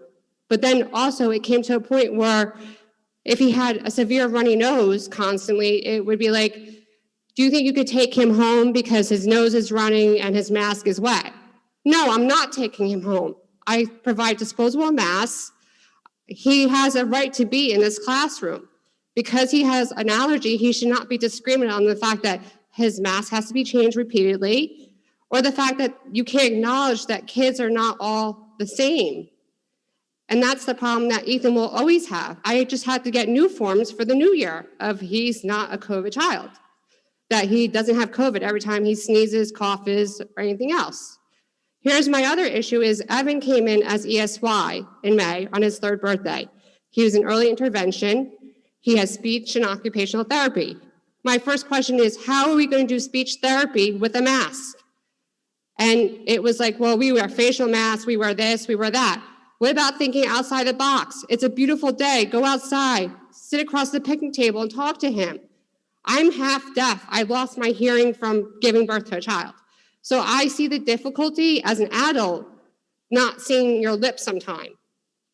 So I look at my teenagers who, they have opinions too, and it's become conflict with their friends because you have half mask, half not mask, half vaccinate, half not vaccinate. I can also tell you that Ethan Evans' father works in a grocery store. He worked in the grocery store through the pandemic when we were told not to wear masks. He wore grocery when he wore masks. I have to also tell you that this past summer, in the past 6 weeks, we've been to Florida 5 times, South Carolina. We wore a mask, and we're all healthy. There's ways around this. We've not had COVID. We've stayed strong. We've not been publicly crazy out there, but we still are living our life. And that's the biggest thing here for our children is to live their life. My kids play sports. My son plays soccer. He's all over the world. I mean, not the world, the States. It hasn't stopped. You just think outside the box a little bit. And that's what we have to think for our children is thinking outside the box to make it work for them. And I appreciate getting back into the district and getting into school because my sister lives up north and her kids weren't even in school till this past March. So I thank you for pushing to get our kids in school, making them go 2 days, 3 days, eventually 5 days. It made a difference in all of them. It made a difference. And it also made a difference to end the school having pictures with no masks versus my son's pre-K orientation with a mask. So thank you very much, but also take into consideration of what mandating a mask, vaccine would do, or even a child with a special disability, or someone who has severe allergies. Thank you.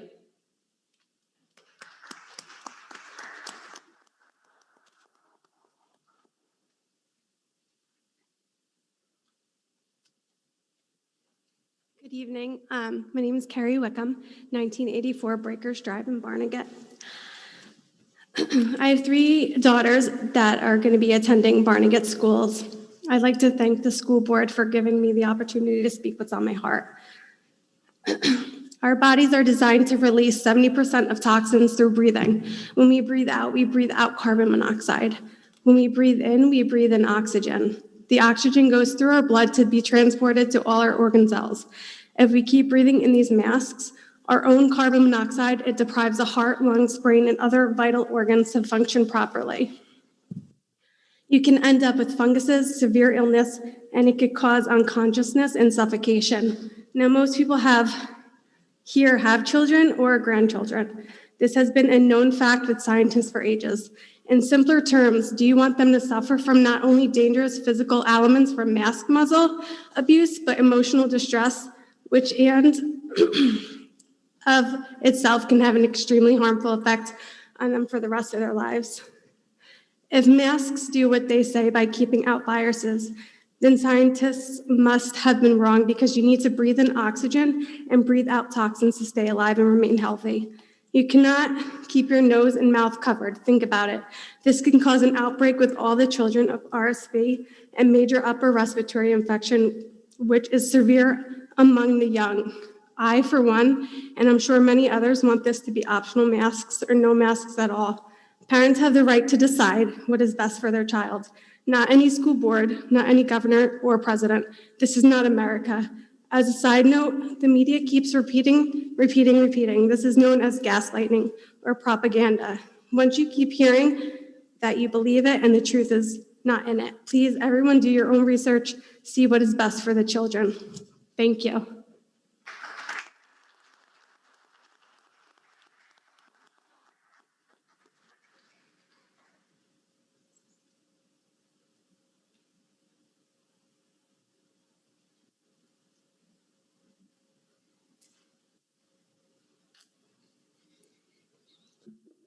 My name is Craig Cherney. I live at 4 Drift Avenue, Barnegat, New Jersey.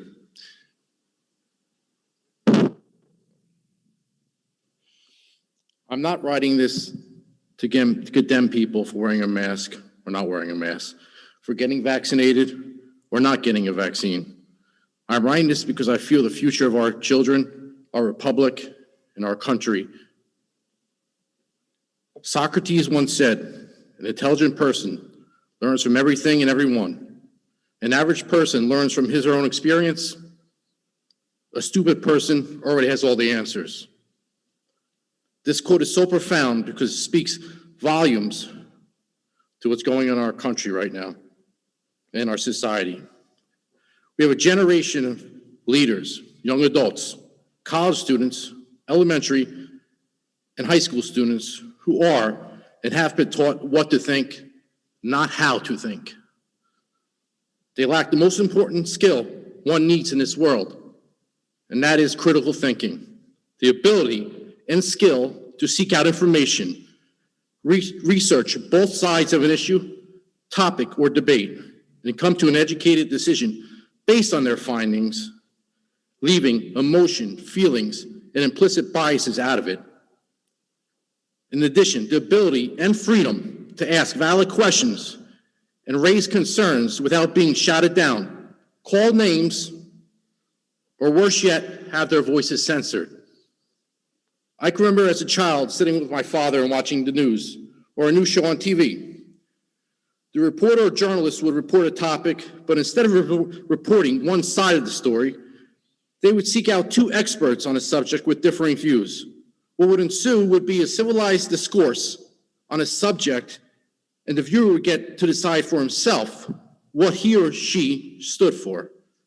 The viewer was then encouraged to seek out more information for themselves. Unfortunately, today, we have a media, whether it be social or traditional, and political leaders giving us one view, which are all partisan in nature. There is no civil discourse or debate. We're no longer allowed to ask questions or voice concerns that go against the narrative that is being pushed by a particular leader, elected official, celebrity, or mode of media.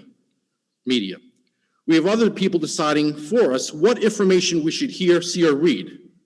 For example, Facebook and other social media sites have fact checkers, a bunch of Ivy League educated people deciding for us what is accurate information and what is misinformation. Therefore, people who have dissenting views from which Facebook or Twitter don't agree with are censored. If that does not scare you, I don't know what will. Some person in a back room somewhere is deciding what is accurate information or misinformation.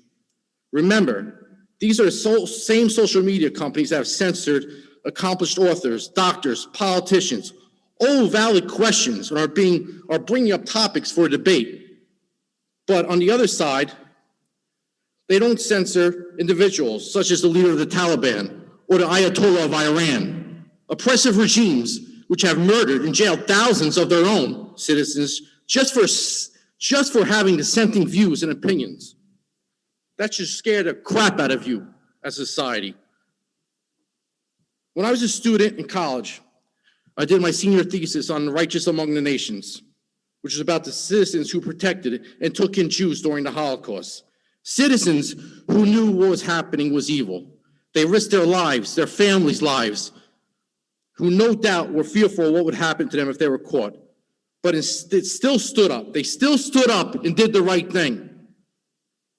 During my research, I was blessed to have the opportunity to interview a survivor of the Holocaust who was saved by Oskar Schindler, which the movie Schindler's List.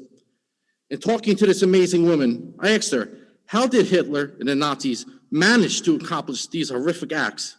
She told me three things that I will never forget and that everyone needs to hear. She said Hitler and the Nazis were able to use division, fear, and symbolism to accomplish their atrocities. I want everyone to really use your critical thinking skills and think about what is happening in our country the past few years. Look at how we're all being divided, pitted against each other, brother against brother, sister against sister. Families are divided, friendships destroyed, black people pitted against white, white against black, liberal versus conservative, right versus left. gay versus straight, masked versus unmasked. I'm going to go on with this. And vaccinated versus unvaccinated. Fear is being used as a weapon. Having small, manageable amounts of fear is healthy. It helps us to stop and think before we act.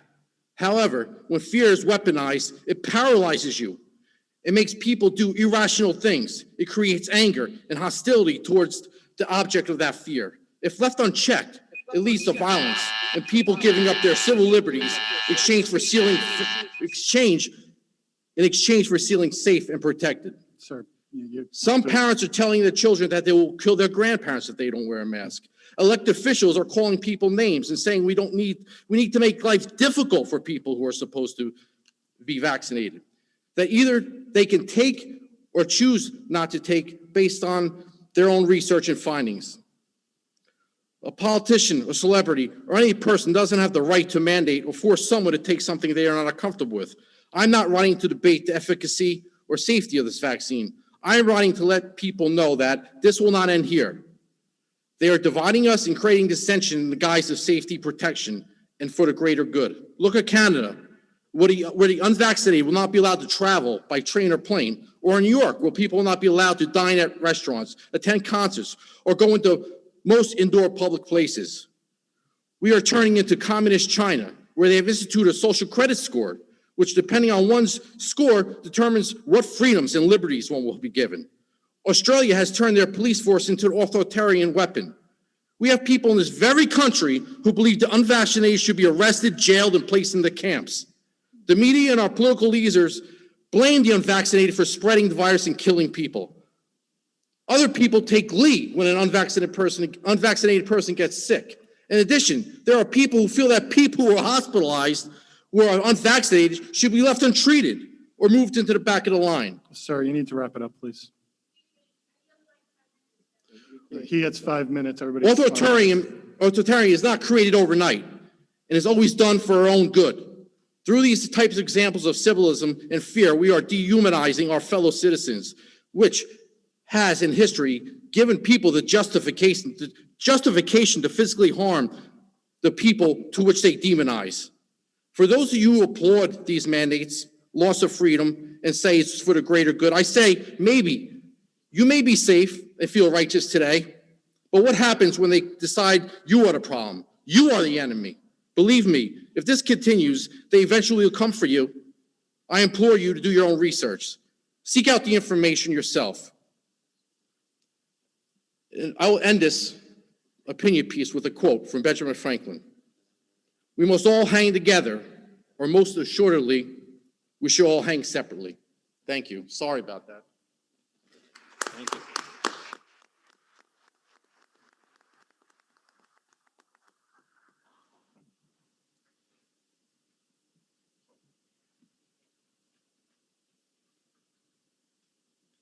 Good evening, Diane McGee, Freedom Hills, Barnegat. Okay, last year I was a sub-teacher in the Barnegat school system. First-hand knowledge of how the children reacted to wearing masks and not wearing masks. Wearing masks, despondent, non-responsive, hiding behind dividers, hiding behind Chromebooks. The minute those masks came off, they came alive. I will quote the Cleveland Clinic. Masks are tragic, unscientific, and damaging. I am doing the scientific portion of this. AIER, American Institute for Economic Research. Children do not readily acquire COVID. Can they? Sure. Readily not. They are not prone to spreading it to other children, teachers, or anyone in their outside world. Rare cases do occur. Masking can do positive harm to children. Professor John P.A. Ioannidis from Stafford University. Infection rate, 0.05 in persons 70 and younger. The flu is more dangerous. Children aren't masked for the flu. The public is being lied to, deceived by governments, medical advisor, and media to make a profit. Data shows children not only have low risk due to lack of ACE2 inhibitors in their nostrils. That's why children are not prone to COVID where adults are.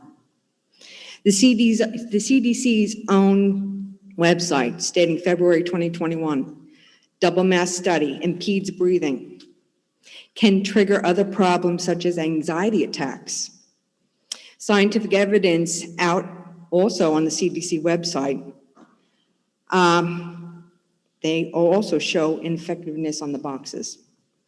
April to October 2020, ER visits, ages 5 to age 11 increased 25%, ages 12 to 17 increased 31%. Why? Anxiety attacks, not to mention suicide rates. Dr. Brizin, who's a neurologist, the rebreathing of the exhaled air created oxygen deficiencies and a flood of CO2 levels. Young brains are sensitive to oxygen deprivation. Do the math. Headaches, drowsiness, dizziness, lack of concentration. The harm outweighs the benefits, especially with small children. Seeing the kids in the classroom, the memes, they're spot on with the snotty, messy masks. That is not good. What is being shown with the Cleveland Clinic, wearing masks, immunity, psychological damage, cognitive development, lack of facial expression, respiratory instances. Just recently, the last June, Florida school district took a fresh mask in an 8-hour day, sent it out to be tested. They found the children were harboring in these masks bacteria, TB, mold, viruses, pneumonia, meningitis, food poisoning, Legionnaire's disease, and sepsis. Not to mention the medical, it violates the children's civil rights. Masking children is absurd, illegal, nonsensical, and potentially dangerous. That comes from other doctors, Dr. Alexander Parva, Darva, Tannenbaum, also the Cleveland Clinic. I do understand that the state and the governor is putting this forward, but we as a collective body have to say no. Just because it's required doesn't mean it's a law. Mandated, not a law. Requested, not a law. Ordered, not a law. Ordinanced, decreed, not a law. Mandatory, not a law.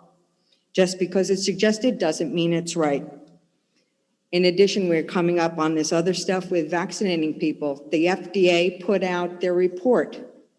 Look back at the report, especially page 12. It is still listed as an experimental therapy, not an actual vaccine. It also states children 16 and up, not below. And it also doesn't refer to the Pfizer shot that's out there. It's a shot that's not even out. Thank you.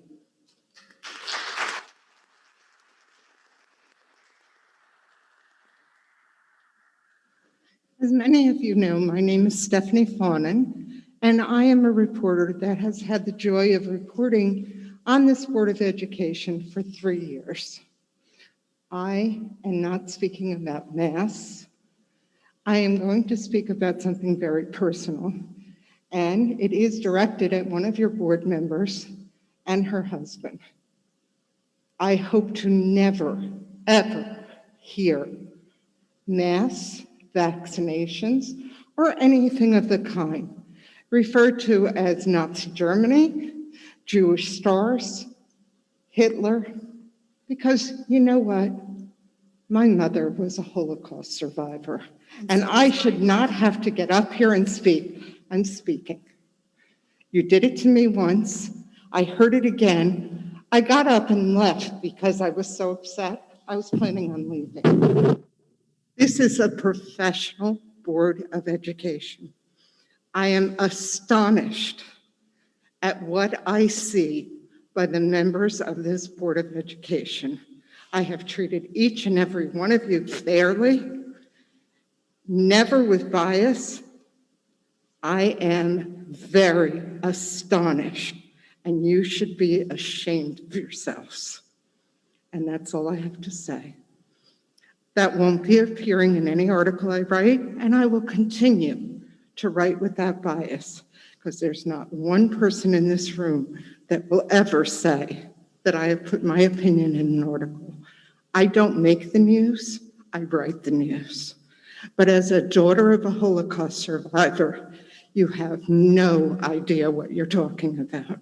I'm a granddaughter of one. Good so for you. Okay, so we understand each other. Okay, that you have no right, please don't address me, okay? You're addressing. You're very offensive. I didn't address you by name. Order. I think your whole idea, Please stop. I think your whole idea, this whole gimmick of you guys going without masks, I follow the law. You can tell me anything you want, that a mandate, your attorney found a loophole that this doesn't count as a meeting. In Stafford, it counted as a meeting. In Stafford, they turned away a Board of Education mother. She was complaining about it. He's the lawyer. None of you are. Neither is the young woman that was here. Neither am I. I follow the law. You don't like it? George had an opinion. He did the right thing. He got off the dais and spoke. But do not think this resembles anything like wearing a yellow star, because I'd be happy to come in and let you read letters about reading yellow stars or let you listen to oral testimony. It's disgusting. And that's all I have to say. Is there anybody else in the audience that would like to comment?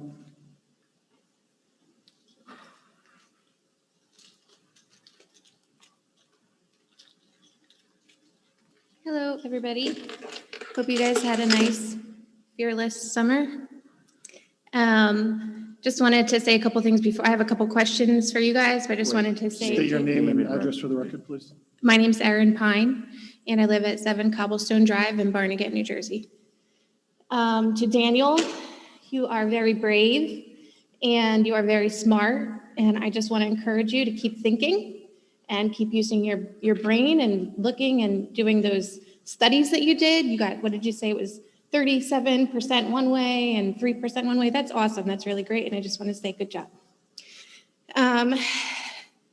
To our curriculum and instruction, is it director? You quoted, I want to quote you, you said, we don't teach, right? We don't teach the kids what to think. We teach the kids how to think. Okay, that would be great. I would love to see that. Unfortunately, we are teaching the kids what to think about COVID, about fear, about anxiety, about, all of these things that are one-sided, okay? If we're teaching them how to think, then we would provide the evidence of both. And the woman in the pink, you gave so many good scientific studies and information. What did you say? Professor John from Stafford University, he said the flu is more dangerous, but we don't wear masks for the flu. The CDC put out a study in 2020 of June stating that,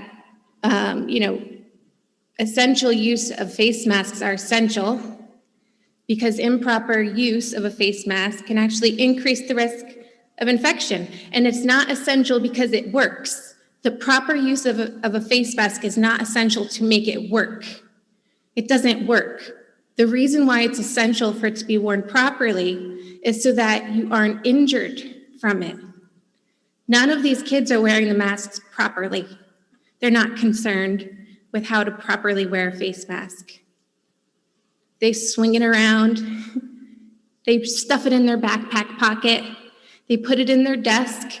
It's dirty, right? So they're not concerned with wearing it safely or properly. They're children. It's not effective.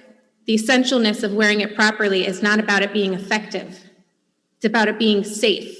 It's not safe for our kids. Let's teach our kids how to think. Let's not follow mandates that are harming them. Let's not teach them that it's okay to follow a rule that harms them because someone told them to. It's really important, critical thinking. My question for you guys, do you plan to accept a medical or a religious exemption for a mask? And what criteria would that be? That's one question. I just don't want to run out of time. Let me send the rest of my questions down. What is your plan for discipline for a child who refuses to wear a face mask? And what is the next step? At what point do we kick this kid out of school because they're brave, like Daniel? And how will you determine what medical exemptions to accept? What medical advice are you following? Is it just the one-sided, biased studies to prove the point that masks will work for you guys for this? Oh, and the last question I have is, will you be providing masks that are effective at preventing COVID to the students? Because I haven't found one in the store yet. Most of them on the boxes, all of them actually have a warning on the box that says, does not prevent against influenza-like illnesses or COVID. The pore sizes of the mask are very large, and the virus is 0.1 microns. So the thing is, we're throwing sand at a chain link fence. We're not catching any of these viruses with the masks. It is teaching them to have fear. So I'm wondering if you have found a mask that will prevent COVID, and if you'll be providing it to the students. And proof that it protects and prevents against COVID would be great. So those are my questions. Let me see if I got them all.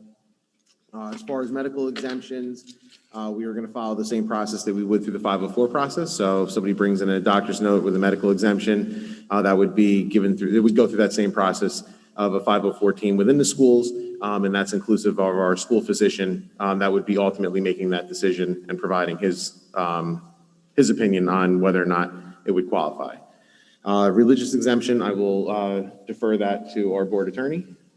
All right, so I've gotten this question a lot. As of right now, there's no provision for a religious exemption. The only portion of state statute that deals with religious exemption and deals with immunization.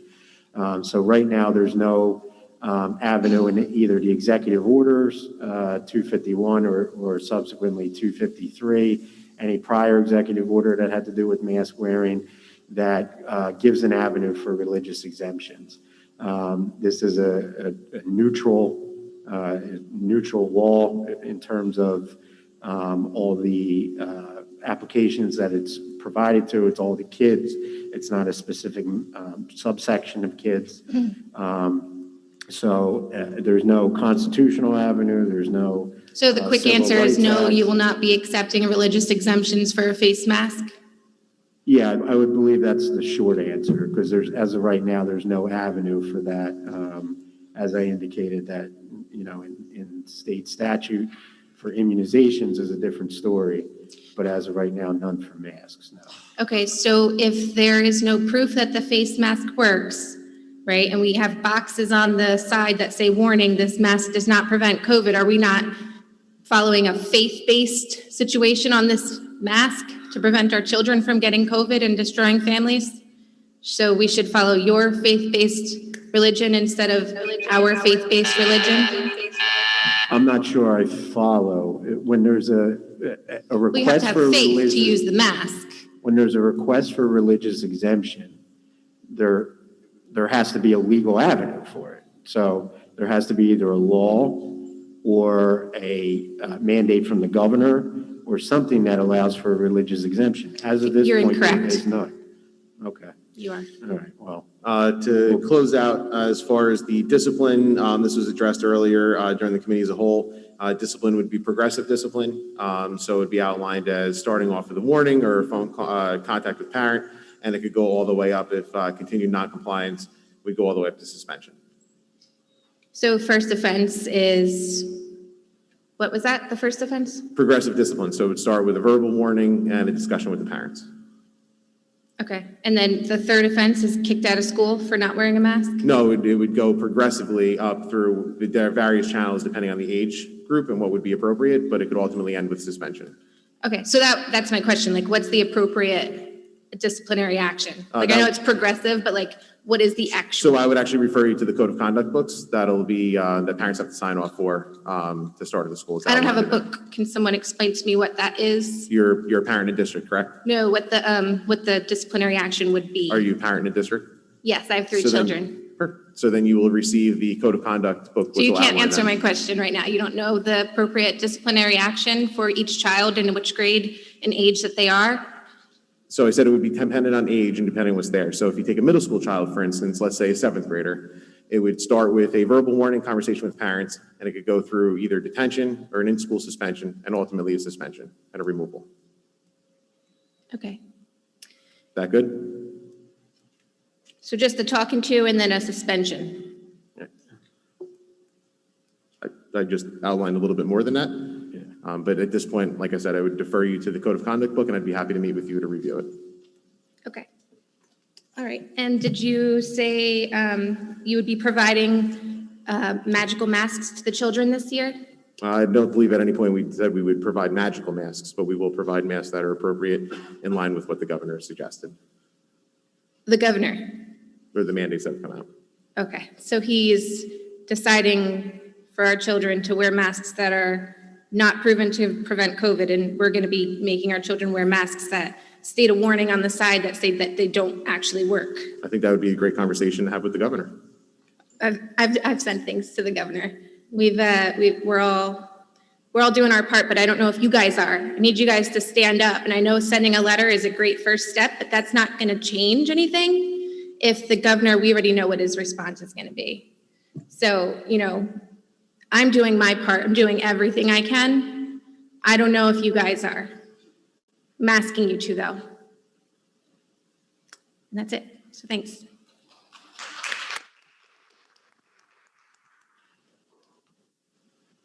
Does anybody on the Zoom have any comments? Any other comments in the audience? We have a motion to close public session, please. So moved. Second.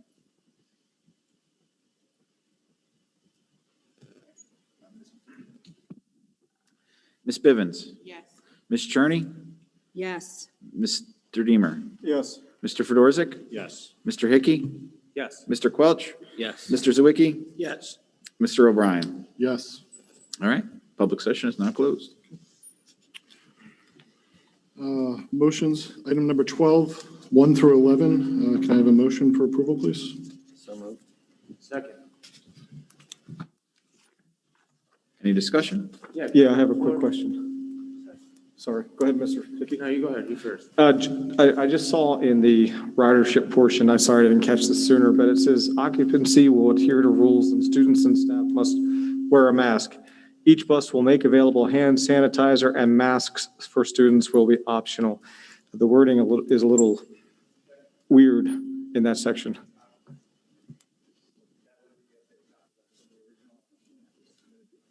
2 weeks ago from the board, whenever it was, but that's not the updated copy. That was the one that just linked to it on the board agenda should- from the website. It wasn't this morning when I read through everything and changed it. Okay, I'm just, if it's changed, that's fine, but. Yes. But the one I clicked, like I said, while we were sitting here, the one I clicked on the website that brought me to it. Okay. Still had it in there, or the It's one. not optional, no. And I sent that over. So I know Colette updated it, so it might be an old draft or something.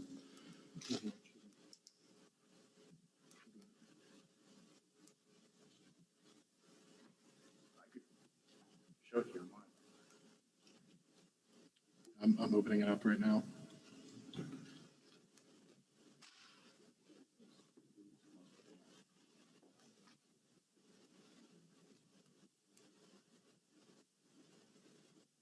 Mr. Deemer, you're talking about on page 8? Yeah, it does say on that copy that was linked, says all students must wear face coverings on buses. Right, but the next line said about they will distribute.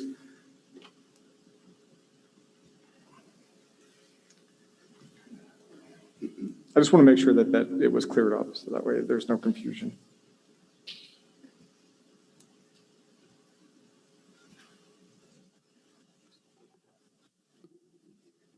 Yeah, I think it is updated. It says under ridership, Each bus will make available hand sanitizer and masks for students.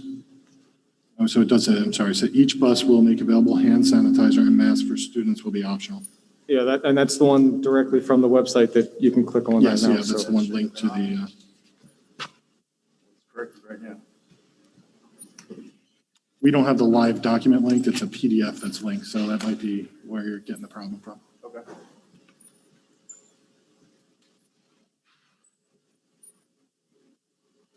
Correct, yeah. We'll have the updated, make sure that the most updated one is relinked. I do see that on here. I do believe that might have been a draft because it has the yellow highlight on the bullet, which I know is one of the areas where they were changing that. So we'll make sure that that gets corrected right now. Mr. Hickey, I think you had some comments as well. I did. Thank you, Mr. President.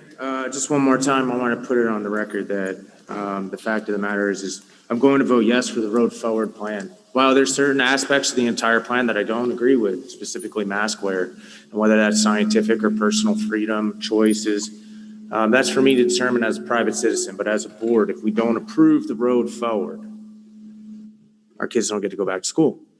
And I'm not willing to risk another day where my kids aren't learning right now.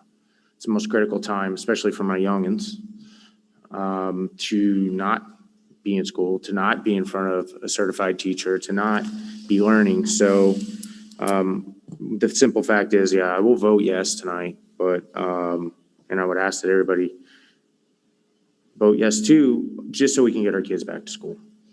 And then in our personal actions and in our own ways, we can approach the state. I mean, there's a lot of people who are making some accusations that specific board members or any board members aren't taking action. Well, I'm not as a board member, but in my personal life, there's a lot of different things I've been doing. So with that said, I would ask the rest of you to do the same. Thank you, Mr. President. Anybody else have any other comments for 1 through 11? Okay, move to vote, please. Excuse me, Ms. Bivens? I abstain to 1 and yes for 2 through 11. Okay. Ms. Cherney? I abstain to 1 and I agree to 2 through 11. Okay. Mr. Deemer? Yes to all of them. Mr. Fedorzik? Just want to echo Mr. Hickey's sentiments. While I don't agree with everything in motion number 1, I will vote yes for all. I do want our kids back in school. All right. Mr. Hickey? Yes. Mr. Quelch? I don't agree also to number 1. I'm going to abstain from 1 and yes 2 to 11. Okay. Mr. Zwicky? I agree with Mr. Hickey and Mr. Fedorzik. I feel the same. So I'm voting yes for them all. All right. Mr. O'Brien? Yes for all 1 through 11. All right. Motion's carried.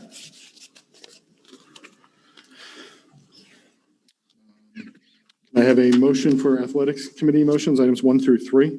So moved. Second. Second. All right. Any discussion? All right. Ms. Bivens? Yes. Ms. Cherney? Yes.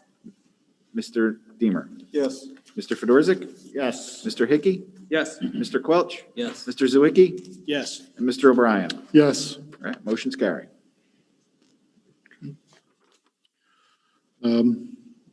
Agenda item 14, education committee. I have a motion for items 1 through 5. So moved.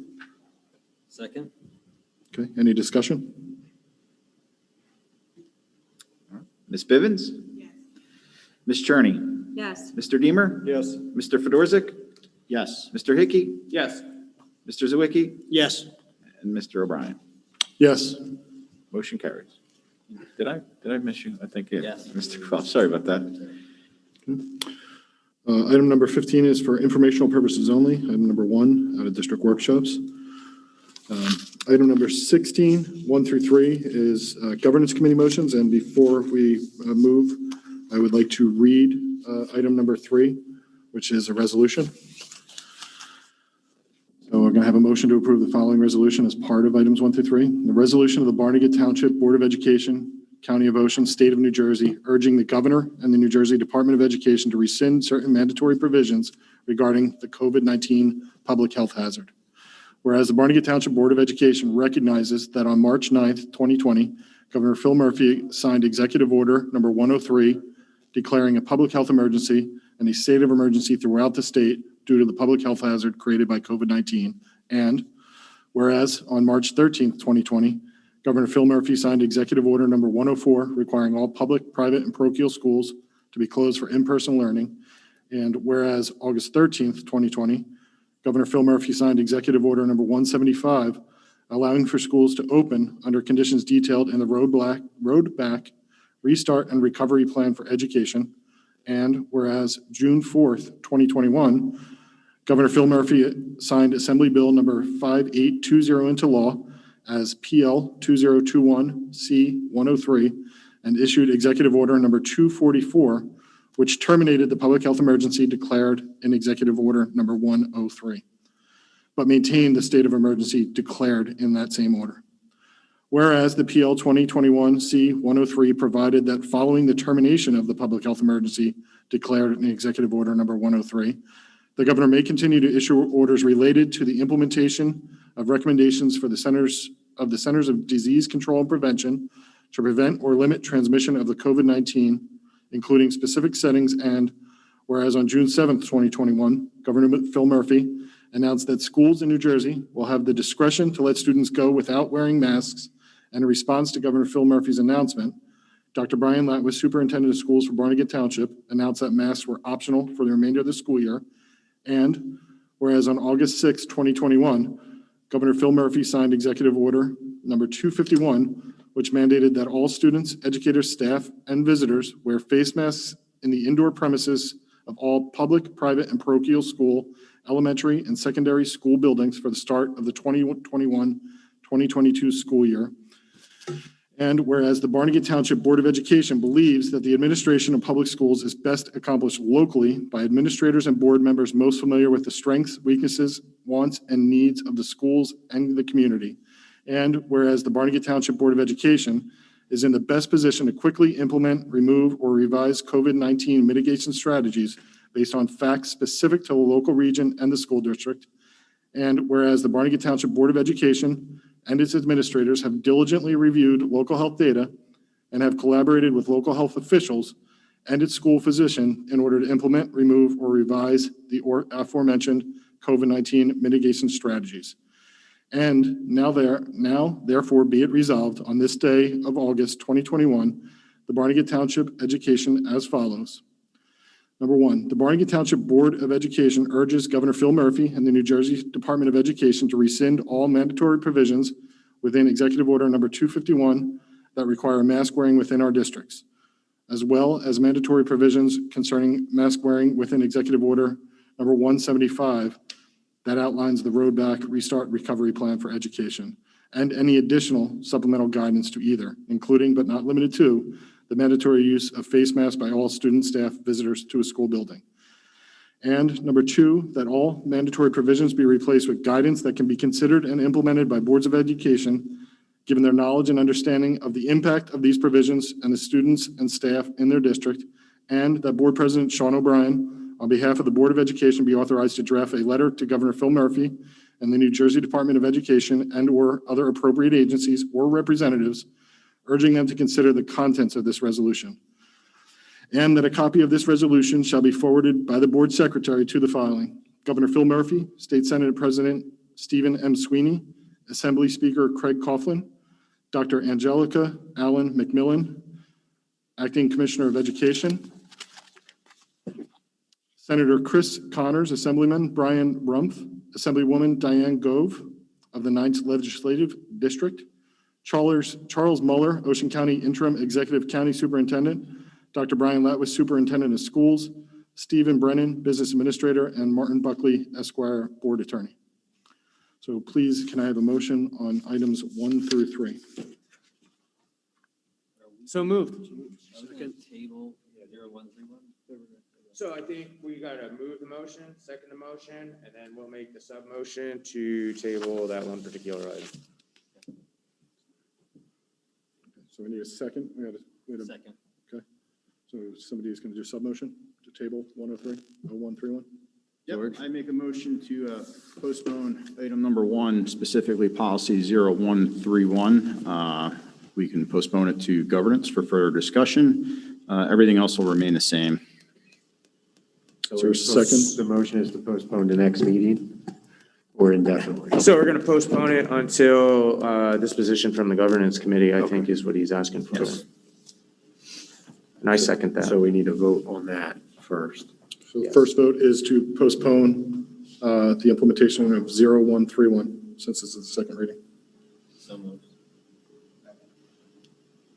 Right, so this roll call vote is for tabling of the policy? Yes. Postponing of policy 0131. Remove it to governance for further discussion. Okay, so motion on the floor that we're roll calling is to postpone number 1. So Ms. Bivens? Yes. Ms. Cherney? Yes. Mr. Deemer? Yes. Mr. Fedorzik? Yes. Mr. Hickey? Yes. Mr. Quelch? Yes. Mr. Zawicki? Yes. And Mr. O'Brien? Yes. All right. Is postponed. Back to the original motion on the floor by Mr. Hickey and seconded by Mr. Quelch is for items 2 and 3. So, Well, it'd be item 1 excluding 0131. I'm sorry. Yes. Yeah, items 1, 2, and 3 excluding 0131. That will go with a roll call vote. Ms. Bivens? Ms. Cherney? Yes. Mr. Deemer? Yes. Mr. Fedorzik?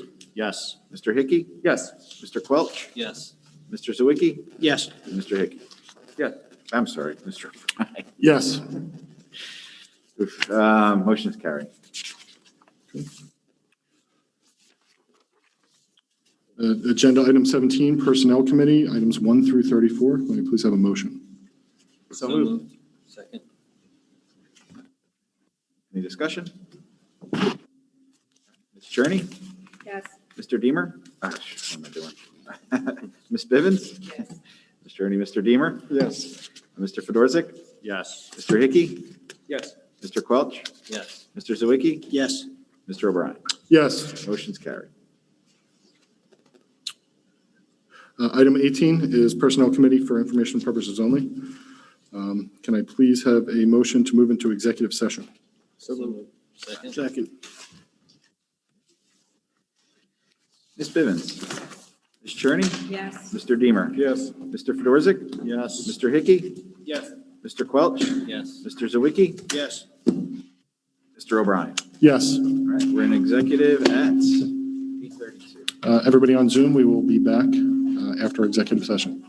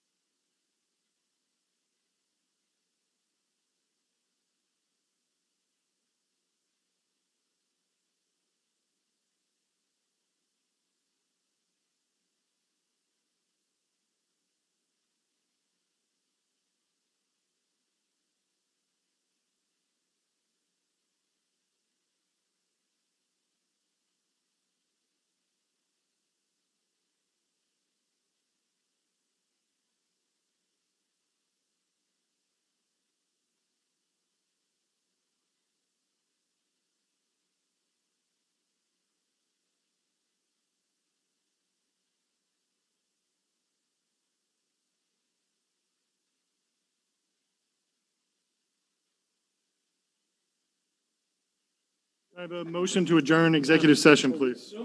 Second.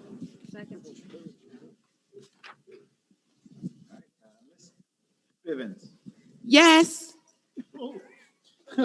Louder than on the microphone. Here. Nice. Ms. Cherney. Speak it up. Here. Mr. Deemer. Yes. Mr. Fedorzik. Here. Mr. Hickey. Yes. Mr. Quelch.